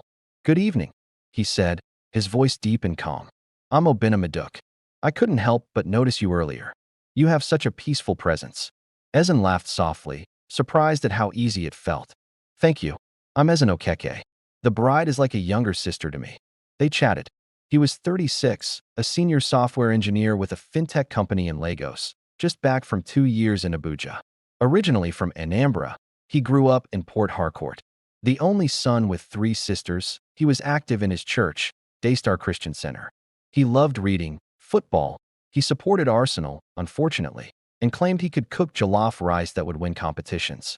He didn't flirt aggressively like the guys she used to know. No compliments on her body. No suggestive jokes. Just genuine interest. He asked about her business, listened intently when she talked about the boutique, and shared stories about his work and family. When the DJ played a slow song, "Banky W's made for you," he asked politely, May I have this dance? On the dance floor, under soft lights, he held her respectfully, one hand on her waist, the other holding her hand. They swayed gently. You smell nice, he said quietly. She smiled. Thank you. No pressure. No wandering hands. At the end of the night, he asked for her number. I'd love to take you out properly, if you don't mind. Maybe dinner next weekend. She hesitated for just a second. Yes, she said. I'd like that. Their first date was at Yellow Chili in Victoria Island. Simple Nigerian food, no alcohol for either of them. He didn't drink either. They talked for 4 hours. He shared stories about growing up with strict parents, losing his father at 20, and how faith had carried him through. She carefully edited parts of her story, growing up in Enugu, losing touch with her dad, building her business from scratch. She didn't mention the years in between. He listened without judgment, asked gentle questions, made her laugh with stories about his sisters trying to matchmake him. By the third date, a walk along Lekki Conservation Center Canopy Bridge followed by ice cream. He held her hand. By the fifth date, dinner he whipped up himself at his stylish 3-bedroom in Ikate. Think egusi soup, pounded yam, and grilled fish. He casually mentioned he was praying about her. I don't want to rush things, he said, sitting next to her on the couch after the meal. But I feel a sense of peace when I'm with you. I've been asking God if you're the one he has for me. Ezen's heart raced. No guy had ever talked to her like that. I feel peace with you too, she admitted. That night, he didn't kiss her. Instead, he held her hand and said a short prayer for both of them. They took their time. Dates became a regular thing. Church together on Sundays. They switched between House on the Rock and Daystar, midweek Bible study. He joined her sometimes, and long drives on the Third Mainland Bridge, chatting about everything, dreams, fears, and childhood memories. He met her mom over a video call. Mama Grace cried happy tears. He looks like a good man, my daughter. Hold him tight. Every morning, he sent her encouraging texts with Bible verses. He respected her boundaries. When things got heated after a romantic evening watching the sunset at Elagushi, he gently pulled back. I want to honor God with this, he said. And honor you. 6 months in, he asked her to be his girlfriend officially. They were at Tarkwa Bay, on a quiet part of the beach, just the two of them with a picnic. He got down on one knee, not for marriage, but to ask her to be his. Ezen Adizo Keke, he said, holding a single white rose. Will you be my woman? Will you let me love you, pray with you, build with you? She cried, nodded, said yes. Their relationship deepened. They started talking about marriage openly. He envisioned a simple traditional wedding in his village, a white wedding in Lagos, and 3 or 4 kids. She wanted the same. He was kind, consistent, and intentional. He celebrated her boutique opening in style, bought out half the launch guests, proudly posted about it on Instagram, with her okay, and brought his colleagues and church friends along. Every night, when they weren't together, he prayed with her over the phone. He never pried into her past in detail. Once, gently, he said, I know everyone has a story. When you're ready to share more, I'll listen. But I love the woman you are now. And she believed him. For the first time since she was 17, Ezen allowed herself to fall. Deeply, completely. She felt safe. She felt seen. She felt loved, not for her body or beauty or what she could offer in bed, but for her laugh, her mind, her faith, her strength. After 8 months together, they finally became intimate. It was after a lovely day, church, lunch with his sisters, who adored her, and then back to her duplex. They had planned to watch a movie, but one kiss led to another. In her bedroom, with soft worship music playing in the background, they gave themselves to each other. It was tender, slow, full of whispers, prayers, and tears. But afterward, as they lay tangled in sheets, Obinna asleep beside her, Ezen stared at the ceiling. Something felt off. Not emotionally. He had been perfect, loving, attentive. But physically, her body, after years of experiences with men who were more endowed, had gotten used to a certain intensity. Obinna was average, about 7 inches, thick enough, skilled enough for most women. But not for her. Not anymore. She lay there, still wanting, still unsatisfied. A quiet ache built inside her. She pushed it down. It's fine, she told herself. It's just the first time. It'll get better. Love is more than this. But in the weeks that followed, it didn't get better. Every time they were intimate, beautiful, connected, spiritual, it ended with her pretending, faking the finish, then lying awake afterward craving more. The body she had trained for over a decade in excess now betrayed the heart that wanted to settle. She started to withdraw a bit, making excuses to avoid staying over, saying she was tired, praying harder for contentment. But the dissatisfaction grew, like a crack in a beautiful vase, small at first, but threatening to spread. She loved Obinna. Truly, he was everything she had prayed for: God-fearing, kind, stable, intentional. But her body, shaped by years of choices born from pain, refused to be content with enough. And in the quiet moments, a dangerous thought began to whisper. Maybe I can have both. Love with Obinna, and satisfaction elsewhere. Just once. Just to quiet the craving. Then I'll stop. She hadn't acted on it yet. But the seed was planted. And Ezen, at 30, with love finally within reach, stood at a crossroads she never expected. One path led to the future she had dreamed of since she was 17. The other led back to the shadows she thought she had escaped forever. She touched the red bead on her wrist, fainter now, but still there, and prayed for strength. Because this time, the danger wasn't from men on the streets. It was from within. Chapter 12, The Hidden Problem. The first few times Ezen and Obinna were intimate, she convinced herself it was normal to feel a little off balance. New relationships always have an adjustment period, right? Bodies need time to learn each other, rhythms to sync, preferences to reveal themselves. She focused on the good parts, and there were many. Obinna was attentive in a way no man had ever been with her. He looked into her eyes, not just at her body. He whispered her name like a prayer. He held her afterward, tracing lazy circles on her back, talking about their future until she fell asleep. He prayed over her, thanking God for the gift of her. In those moments, she felt cherished, safe, whole. But physically, something was missing. Obinna was gentle, skilled enough, and generous. He always made sure she was comfortable, asked what she liked, took his time. By any reasonable standard, he was a good lover. 7 inches, decent girth, good stamina. Most women would have been more than satisfied.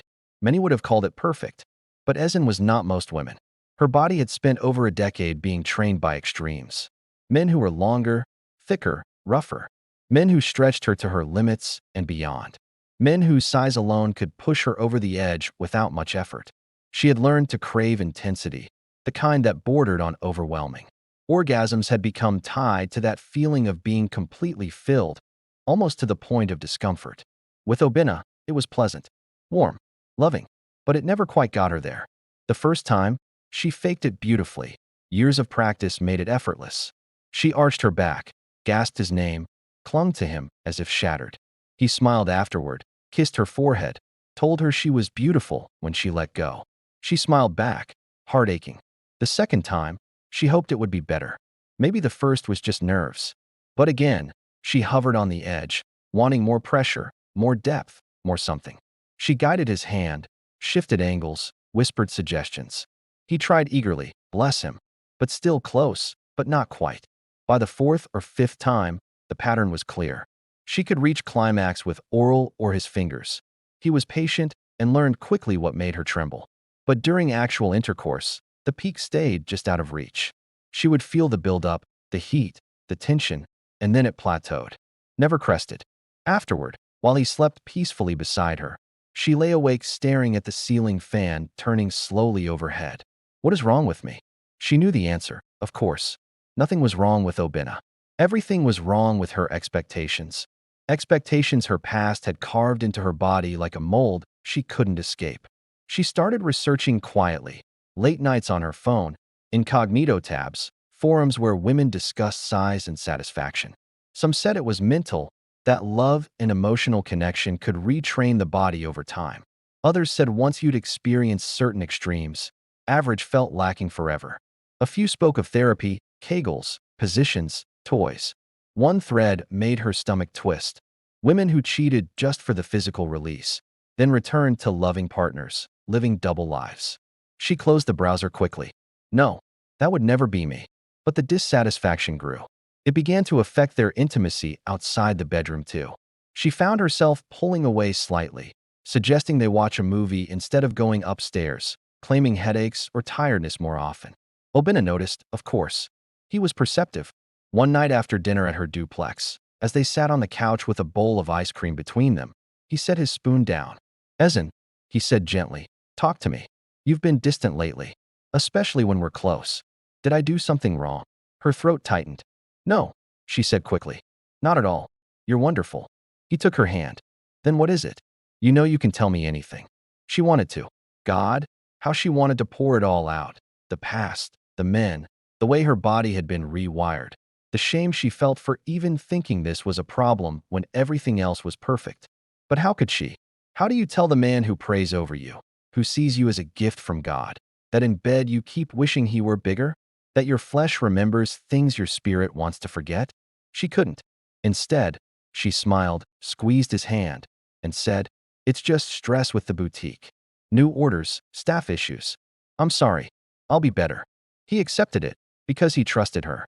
But the lie sat heavy in her chest. The distance grew. They still spent time together. Church, dates, long talks. He planned beautiful surprises. A weekend getaway to La Campagne Tropicana, a custom necklace with both their initials, a playlist of worship songs that reminded him of her. And every time, her heart swelled with love. But in bed, the ache remained. She started fantasizing during their moments together, not about other men specifically, but about the sensation she missed. The fullness, the stretch, the overwhelming intensity that used to make her lose control. Afterward, guilt flooded her. How ungrateful could she be?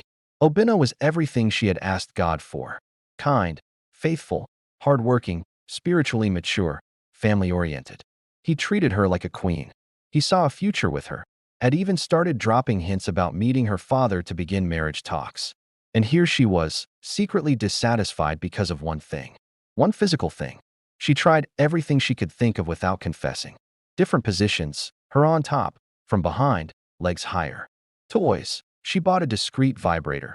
Used it alone when he wasn't there, hoping to retrain her body. Prayer. Fervent, tearful prayer for contentment, for her desires to align with her values. Nothing worked. The craving stayed. One Sunday after church, during a sermon about flesh versus spirit, she felt convicted to her core. This is the consequence, the pastor's voice echoed in her mind, of years spent feeding the flesh. She went home and wept. Not quiet tears, deep, sobbing release on her bathroom floor. She begged God to fix her, to make her normal, to let her be satisfied with the good man he had sent. But weeks passed, and the problem remained. Hidden, unspoken, growing. She still hadn't acted on the dangerous thoughts that sometimes whispered in quiet moments. But they were getting louder. What if just once I found someone who could give me what my body remembers? Just to quiet it, just to get it out of my system. Then I could come back to Obinna fully, wholehearted, satisfied. The rational part of her screamed that it was madness. That one time would never be enough. That secrecy would poison everything. That if Obinna ever found out, it would destroy him and them. But the other part, the part shaped by years of detachment, of separating body from heart, whispered that maybe it was possible. Maybe love and physical satisfaction didn't have to come from the same person. Maybe she could have both. Just carefully. Just temporarily. She hadn't taken the step yet. But every time Obinna reached for her, and she felt that same plateau instead of release, the whisper in her mind got louder. Ezen, the woman who had survived so much and rebuilt herself from ashes, started to fear something new. Not poverty, not disgrace, not even loneliness. She feared that the past she thought she had buried wasn't dead at all. It was alive, in her body, waiting to claim her future. Chapter 13, the search begins. The thought didn't hit her all at once. It snuck in slowly, like Lagos traffic building from a trickle to a complete standstill. At first, it was just a passing idea during one of those restless nights after being with Obinna. She'd lie next to him, listening to his steady breathing, her body buzzing with unspent energy, and wonder, what if there was a way to fix this without losing him? She pushed it away right away. Prayer, distraction, cold showers, long runs along Lekki Link Bridge at dawn. But the idea kept coming back. Stronger, more detailed. What if she found someone, just one person, who could give her body what it remembered? Not a relationship, not emotional baggage, just physical release. Once or twice. Enough to quiet the craving so she could return to Obinna fully satisfied, fully present, fully his. She told herself it would be controlled, discreet, temporary, like taking medicine for an illness. The illness being her past. She didn't jump into action right away. For weeks, she fought it. She fasted for 3 days, seeking a breakthrough. She confessed to her therapist, not the full temptation, but the dissatisfaction. The counselors suggested patience, communication, exploring non-penetrative intimacy more, maybe even seeing a sexual health specialist. Eza nodded, took the advice, and tried. But the ache remained. Then came the wedding in October 2025. A big society wedding at Eco Hotel, daughter of a senator marrying a tech billionaire's son. Obinna got invited through work connections. Ezen was his plus one. She wore a stunning gold lace gown that hugged her figure just right, turning heads without being over the top. Obinna couldn't take his eyes off her. The reception was lavish, live band, endless champagne, tables filled with celebrities and influencers. They danced, laughed, and took photos. Obinna proudly introduced her as my woman. But across the hall, she spotted him. Tund, tall, built like a professional athlete, broad shoulders, thick arms straining against his tuxedo shirt. She recognized him from Instagram, a popular fitness trainer and model with over 500K followers. Known for his gym and Lecky, his motivational posts, and, among women in certain circles, rumors about his gifts below the belt. Their eyes met while she was at the bar getting Chapman. He smiled and walked over. "Beautiful gown," he said smoothly. "You light up the room." She smiled politely. "Thank you."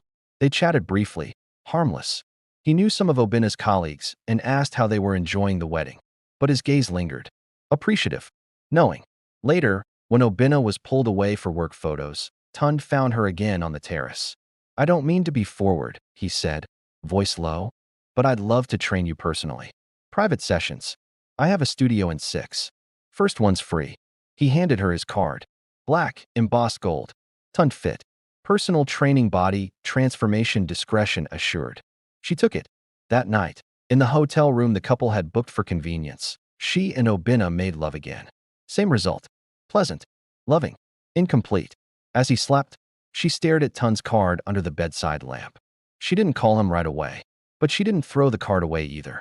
2 weeks later, she messaged him on Instagram. Not for training. For coffee.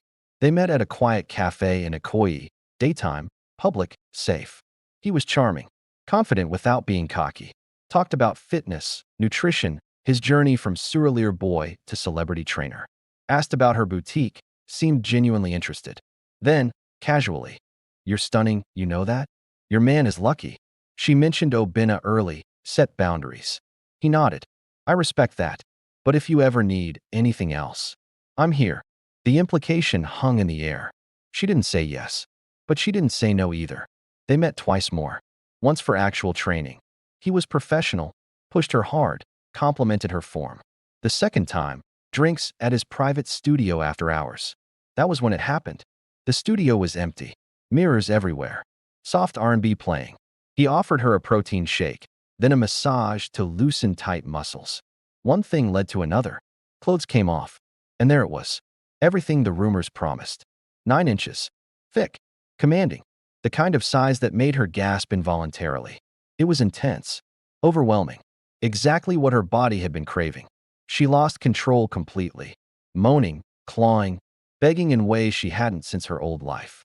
Multiple peaks. Shaking. Tears. Lying on the massage table, towel draped over her, she felt relieved.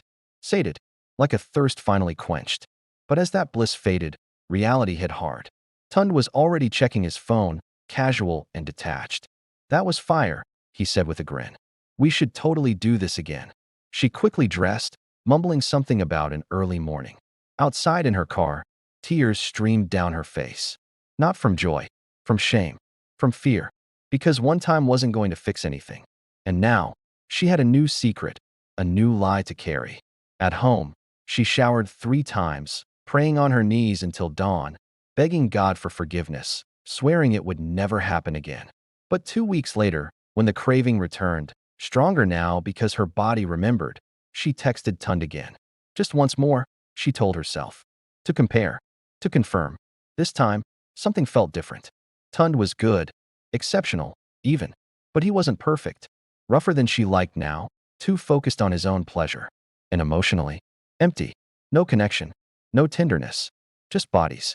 She left feeling dirtier than before. Then came the search for someone else. Maybe Tund just wasn't the right fit. Maybe there's someone better, bigger, gentler, more attentive. She downloaded Tinder again. New account, fake name, age set to 28. Swiped carefully.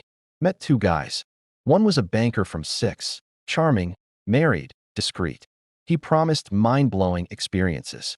But he was average. Worse than Obina in some ways. Quick. Selfish. She left mid-session, claiming a headache. The next guy was a model. Tall, light-skinned, rumored to be gifted. He was, but arrogant, condescending, treated her like a conquest. Afterward, he posted a cryptic Instagram story, a lion emoji, and another one lion-faced. She blocked him immediately. Each encounter left her feeling emptier, more ashamed, more aware that this wasn't solving anything. It was making everything worse. Obina noticed the change in her. She was moodier, more distant, canceled dates last minute. When they were together, she was physically there but emotionally elsewhere. One night in November, after another failed attempt at intimacy where she barely participated, he sat up in bed. "Ezen," he said quietly, "I can't do this anymore. The pretending, the distance. If you don't want me, just say it. I love you, but I won't beg." Tears filled her eyes. "I do want you," she whispered. "More than anything." "Then what's wrong?" His voice cracked. "Talk to me." She almost spilled everything. The past, the dissatisfaction, the cheating, but the words stuck in her throat. How could she destroy him like that? Instead, she held him, cried, promised things would change. But they didn't. By December 2025, she was living a double life again. Obina on weekends, church, dates, prayers, gentle love. Secret meetings during the week, hotels, short stays, searching for that elusive, perfect, physical match. None came close to being worth it. All the while, her heart was breaking. Not from heartbreak this time, but from self-destruction. She thought she had escaped the streets. But the streets, the mindset, the detachment, the hunger, had followed her home. And now, they threatened to take the one good thing she had finally found. Love. Real love. One night, after another empty encounter, she stood in front of the mirror, makeup smeared, eyes hollow. "Who are you?" she whispered to her reflection. The golden girl from Enugu was gone. Zara was back. And this time, she wasn't sure she could stop her. March 15th, 2026. Ezen's 31st birthday. She woke up alone in her Osapa London duplex, the king-sized bed cold and expansive on both sides. The air conditioner hummed softly, but it couldn't drown out the silence that had become her constant companion. No warm body beside her. No good morning text from Obina lighting up her phone. No plans for brunch. No surprise cake. No loving voice singing off-key over FaceTime. Just her. She lay there for what felt like forever, staring at the high ceiling with its recessed lights off, the room dim from the heavy blackout curtains she had drawn the night before. 31. The age that was supposed to signal the end of her waiting. The start of the settled life she had promised herself at 17. Back then, 30 felt like salvation, a magical number where all the pain would make sense, where love would finally feel safe, and where her past would fade into nothing. But now, 31 felt like failure. Eventually, she dragged herself out of bed, wrapped in a silk robe, and walked barefoot across the cool marble floors to the kitchen. The housekeeper had the day off. She had insisted on it. She made herself a strong cup of tea, just the way her mother taught her, with milk and 2 sugars, and carried it to the balcony overlooking the estate. The morning sun was already blazing, bouncing off the swimming pools of neighboring houses, the distant hum of generators rumbling like Lagos's heartbeat. Her phone buzzed on the counter. Messages from her Bible study sisters, her mom, Onika, even Chioma, and Ada with half-hearted happy birthday, babe, texts filled with cake emojis. Mama Grace had sent a long voice note, praying blessings over her and asking when she would visit Enugu again. Ezen listened to it twice, tears pricking her eyes at the familiar Igbo cadence, the love that never wavered, no matter what. She replied to everyone politely. "Thank you. God bless you. Love you too." But she didn't call anyone. She didn't want voices today. She had ended things with Obina 2 months earlier, in January.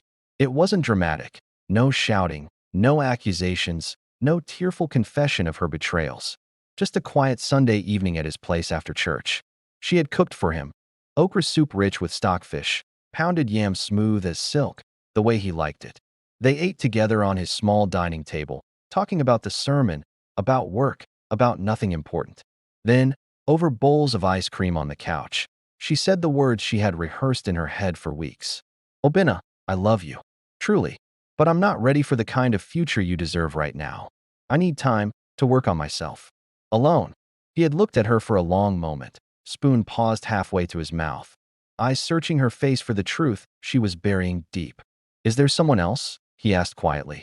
Not angry, just sad. She lied smoothly, practice from another lifetime. No, it's not that. He didn't believe her. She saw it in the way his shoulders sagged, in the way he set the spoon down untouched. If that's what you need, he said finally, voice steady even as his eyes glistened, I'll respect it. But know that I'm praying for you every day. And if God ever brings you back to me, my heart will still be open. He prayed for her one last time that night, hands gently on her shoulders, voice cracking only once when he thanked God for the season they had shared. Then he walked her to her car, kissed her forehead like a brother, and watched her drive away into the Lagos night. She cried the entire way home, great heaving sobs that made her pull over twice on the expressway. Since then, nothing. He unfollowed her on Instagram a week later, not out of pettiness, but for healing. She knew because she checked his page obsessively at first. He posted Bible verses, gym selfies, work achievements, photos with his nieces and nephews. He looked okay, better than she felt. She had hoped breaking up would free her from pretending, free her from hurting him with her secrets and distance, free her to chase the physical satisfaction her body demanded without the weight of guilt over betraying a good man. But freedom tasted like ashes. The year between 30 and 31 had been the darkest of her life. After the search began, after Tund, after the banker, after the model, after the others, she had fallen completely. She kept telling herself it was just a phase, just until she figured out the perfect mix, the size her body craved, the right skills, and enough emotional distance to keep her heart safe. She got super organized, almost like a scientist. New dating apps? Check. Exclusive sugar arrangements on discreet sites? You bet. Old contacts she promised herself she'd never call again? Yup, those too. She laid down some hard rules. 9 inches minimum. Verified pics only. Gentle but dominant. No sleepovers. Hotels paid in cash. Never her place or theirs. Condoms always. Monthly tests. No last names, just firsts. No follow-up texts. In that year, she met 15 men. 15. More than all her previous working years combined. One was a Lebanese hotelier who whisked her off to Dubai twice. Lavish suites, shopping sprees, and wild nights that left her sore for days. A professional basketball player visiting from the US. Tall, endowed, athletic stamina that exhausted her. A married oil executive from Port Harcourt. Experienced, generous, whispered filthy things in her ear that made her forget herself. 2 tech founders who competed to outdo each other in gifts. An actor whose face she saw on Nollywood posters afterward. Some delivered exactly what her body wanted, intense, overwhelming pleasure that made her scream, shake, lose track of time. But afterward, nothing. Just emptiness deeper than before. Because now she knew the difference. She knew what it felt like to be held by someone who loved her soul, not just desired her body. To wake up to morning prayers and soft kisses on her forehead. To be seen. With these men, there was no seeing. Only using. And she was using them too. But the high never lasted. The craving always returned, stronger, mocking her. She couldn't help but compare them to Obinna. None had his kindness or looked at her like she was something special. None prayed. Some made snarky comments about her age. 30 already? You still tight, Shah. Or about other women, saying she was better than the last one. Others felt like empty shells, mechanical and gone before the sheets cooled. Her body got what it craved, but her heart was starving. She lost weight, and her skin lost its glow. Sleep became a shallow mess, haunted by dreams of Obinna's hurt face, her father's parlor, and Ngozi's funeral. She stopped going to church and Bible study. Therapy sessions turned into excuses. I'm traveling. She lied to her mom about a serious relationship and to her brothers about being too busy with business. The boutique ran smoothly, money piled up, but joy, that slipped away, drop by drop. On her 31st birthday, she sat on that balcony, watching the sun climb high, her tea long gone cold. Scrolling through her phone gallery, She stumbled upon photos with Obina, those memories she hadn't deleted. There they were at the beach, at church, him cooking in her kitchen with an apron tied comically tight, and her head resting on his chest during a cozy movie night. One photo caught her eye, Christmas 2025, just before everything went downhill. They were smiling at the camera in matching red outfits. Happy, whole. Tears streamed down her face. Ugly, wrenching sobs that shook her entire body. She cried for that girl who made a vow at 17, for the woman who thought money and control could fix a broken heart, for the love she had tossed aside, and for the body that felt like a prison. When the tears finally stopped, she felt empty. She whispered into the silence, "This was supposed to be my year. The year I settled down. The year I won." But she hadn't won. The past had won. The streets had won. The craving had won. And the man who could have been her future was gone. It hit her then, on her 31st birthday, alone with her millions and regrets, that 30 hadn't been a finish line. It had been a warning she ignored. Now 31 felt like a verdict. She touched the faded red bead on her wrist, her grandmother's juju, the one that was supposed to protect her all those years. It was frayed now, nearly falling off. She didn't fix it. She didn't pray. She just sat there as the day burned on, watching the Lagos sky change from blue to gold to dark, wondering if anything could ever pull her back from the edge she had walked herself to, wondering if some mistakes were too deep to forgive, even by God, even by herself. The golden girl from Enugu was truly gone now, and Ezen wasn't sure who was left in her place. The downward spiral. The year after turning 31, 2026 into 2027, was when Ezen really fell. At first, it didn't feel like a fall. It felt like surrender. Surrender to the craving that had become louder than her conscience, louder than her prayers, louder than the memory of Obina's gentle voice saying, "I'll be here if God brings you back." She stopped fighting. She told herself she was done pretending to be good, done trying to fit into a respectable life that clearly wasn't meant for her. If her body wanted this, then she would give it what it wanted, fully, without limits, without shame. She dove in deeper than ever before. The rules she once had, always using condoms, no overnights, no politicians, no Yahoo boys, fell away one by one. She started seeing men in their homes, staying whole weekends, traveling to Abuja, Port Harcourt, even Accra and Dubai on a whim. She reopened old contacts. Ada, now mostly in Abuja, connected her to high-level clients, senators, ministers, permanent secretaries, men with security details and multiple wives who paid in dollars and kept quiet. Chioma, still hustling in Lagos, introduced her to a new wave of Yahoo boys, flashy, dangerous, and ridiculously generous. They rented penthouses in Eco-Atlantic, through private parties with girls flown in from South Africa and Eastern Europe. Ezen became a regular at those parties. Not as Zara from 10 years ago, as Ezen, the mature, classy one who knew exactly what she was doing. Men fought over her, paid premiums, sent cars to pick her up, showered her with gifts. Another car, a Porsche Cayenne this time, a Rolex, a plot of land in Eco-Atlantic, cash drops of 5-10 million naira just because. She accepted everything. Her account swelled. She opened a third boutique branch in Victoria Island, bought a second house, a vacation home in Ikoyi for privacy, expanded her hair import business to include wigs and frontals. From the outside, she was at the peak. Instagram showed the highlights: private jets, 5-star hotels, designer bags stacked like trophies, glowing skin, and perfect weaves. Comments poured in, "Queen, goals, living the life." But inside, she was rotting. The encounters blurred together. Faces became interchangeable. Bodies became tools. She started drinking more, heavy champagne at parties, cognac afterward to quiet the thoughts. She experimented. Things she had avoided in her early years, multiple men at once, role play that pushed boundaries, locations that weren't safe. She told herself she was in control. But control slipped away night by night. There were close calls. One night in Abuja, a senator's aide got jealous and threatened her with a gun when she tried to leave early. She talked her way out, heart pounding, drove straight to the airport, and flew back to Lagos at 3 a.m. Another time in Dubai, a client overdosed on something in the hotel bathroom. She called the concierge anonymously and left before police arrived. In Lagos, a Yahoo boy she saw regularly got arrested in a big EFCC raid. Her name was in his phone. Officers called her for questioning. She paid a lawyer $2 million to make it disappear. She tested positive for chlamydia once, treated quickly and quietly, but the scare shook her. She gained weight, then lost it dramatically. Her skin broke out from stress and late nights. Her eyes, once bright and sharp, became dull, shadowed. Sleep was rare. When she did sleep, nightmares came.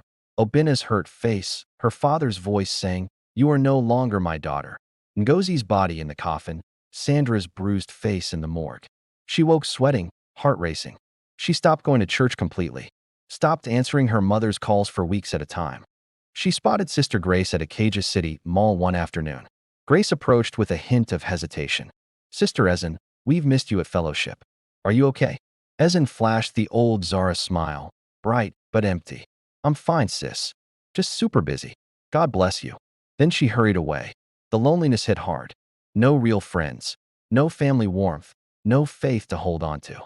Just the next fix, the next guy who could satisfy her body's desperate cravings. But even that thrill was starting to fade. The highs got shorter, the crashes deeper. She craved more, rougher, longer, riskier, just to feel something at all. Some nights, after the guy left or fell asleep, she found herself sitting in hotel bathrooms, crying silently, wondering how she had landed back here again, worse off than before. This time, she had seen the other side. She had tasted real love and tossed it aside for this. One night in October 2027, after a particularly empty weekend in a Banana Island mansion with two men she barely knew, she drove home at dawn. The streets were quiet, cleaners sweeping gutters, early traders setting up. She stopped at a red light on Amadubello Way and glanced at herself in the rearview mirror.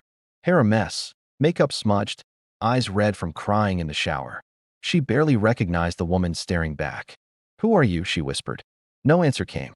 The light turned green. She drove home, parked in her compound, and sat in the car for an hour, phone in hand. She opened her contacts, scrolled to Obina's name, thumb hovering over the call button. She wanted to hear his voice, to say sorry, to beg. But what could she say? "I ruined us because I couldn't be satisfied. I chose my past over our future." She locked the phone, went inside, poured herself a drink, and cried until there were no tears left. The downward spiral had no bottom in sight. Money couldn't buy her out. Beauty couldn't save her. Power couldn't fill the emptiness. At 32, she was rich beyond her teenage dreams, successful by every outside measure, and more broken than ever. The girl who once vowed to settle down by 30 had turned into a woman who couldn't settle at all.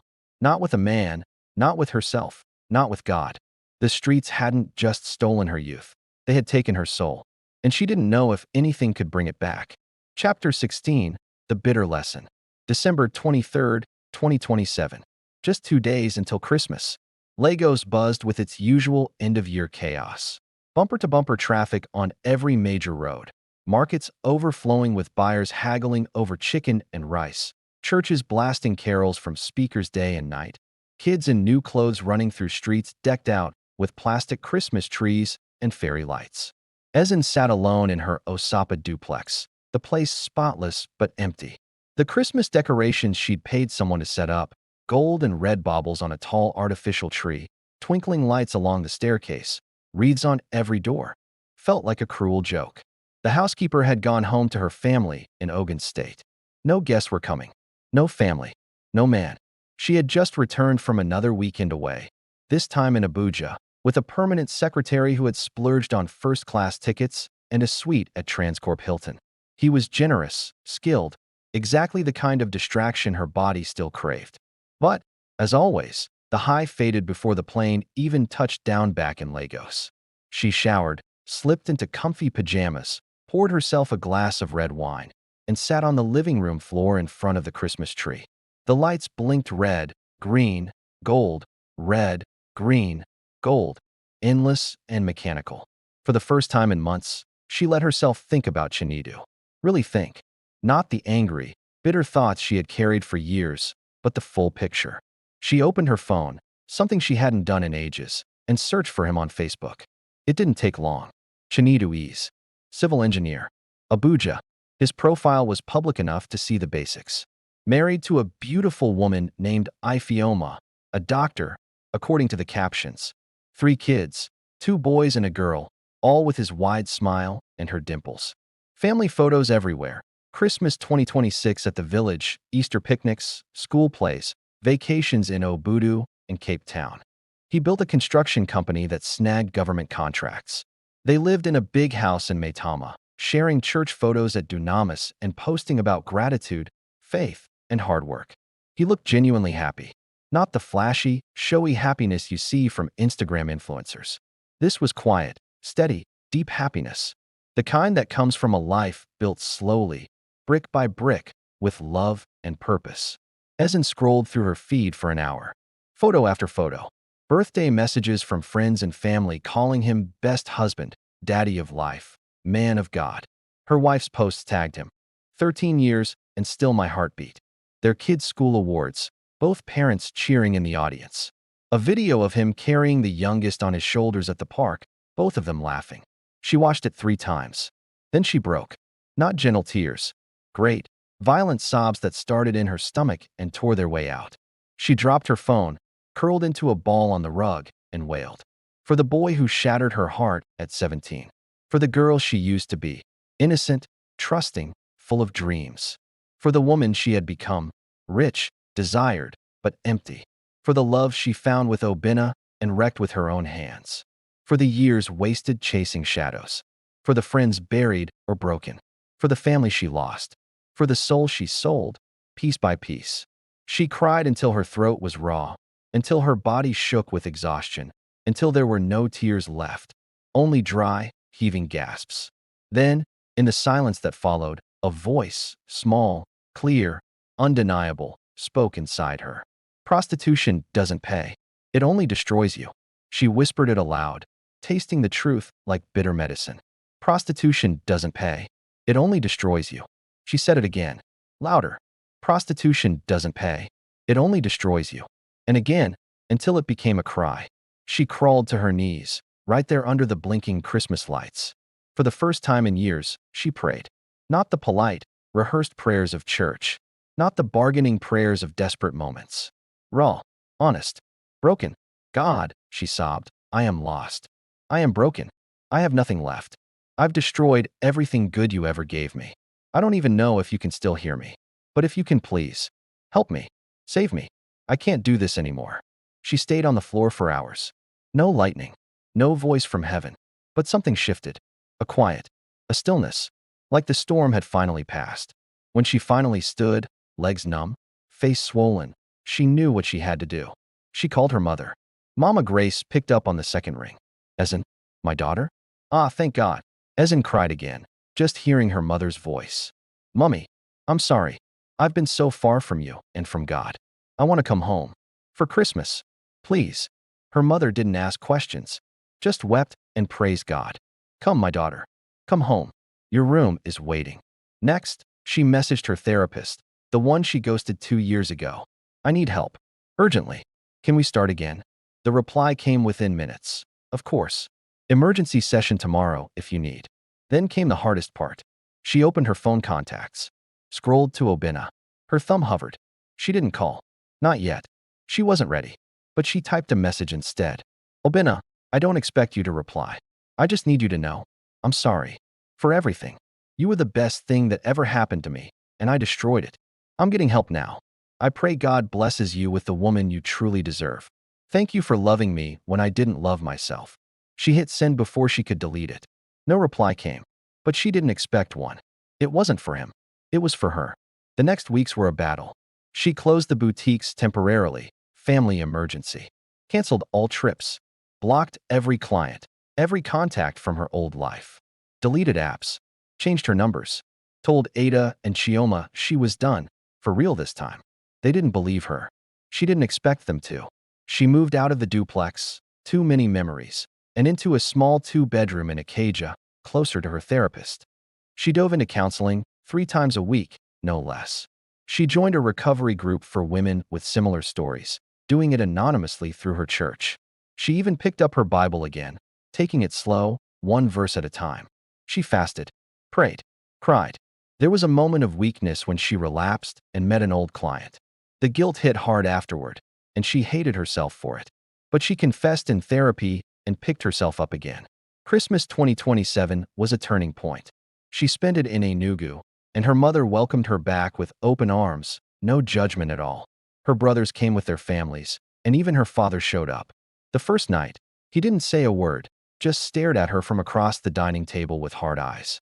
But on Christmas morning, after Mass, he called her to the backyard. They stood under the same mango tree where she used to play as a child. He was older now, gray hair and slower steps. He looked at her for what felt like forever before finally speaking, his voice rough. "I was wrong," he said, "to throw you out.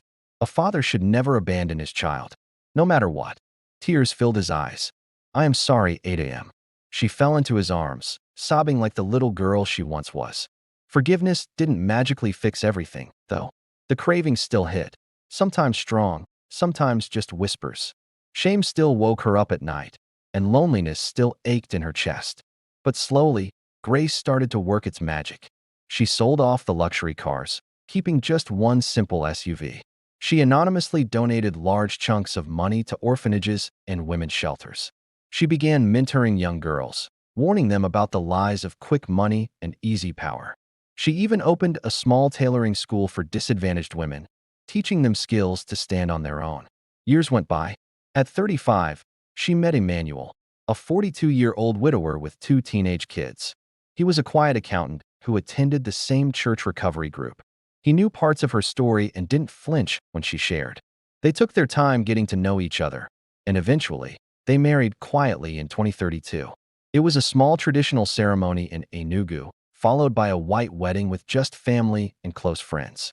Their intimacy wasn't explosive, but it was gentle, steady, and warm. Over time, her body learned a new language, the language of love, trust, and enough.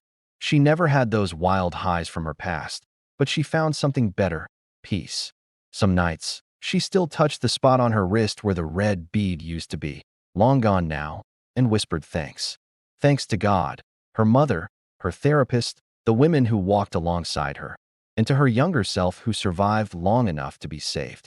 Chinedu, her past, remained happily married. She spotted him years later at a mutual friend's child dedication in Abuja. They exchanged polite nods across the hall, no words needed. His life moved on, and so did hers, just in a different direction. On quiet evenings in her modest home in Enugu, where she and Emmanuel eventually moved to be closer to her aging parents, she would sit with her own 2 adopted daughters and share parts of her story. Not the gritty details, but the lessons learned. "Money can buy many things," she'd say, "but it can't buy peace. Some choices that seem powerful only lead to chains." Her daughters listened, wide-eyed, and she prayed they'd never have to learn the hard way. The golden girl from Enugu was gone. The street queen Zara was gone, but Ezen, the redeemed one, remained. Scarred, wiser, free, and finally at peace. She learned the hardest lesson of all: prostitution doesn't pay, it only destroys. But grace, stubborn, relentless grace, can rebuild even what seems completely lost. And sometimes, if you let it, grace wins. Thanks for watching. If you enjoyed this story, like, share with your friends, and subscribe for more amazing tales.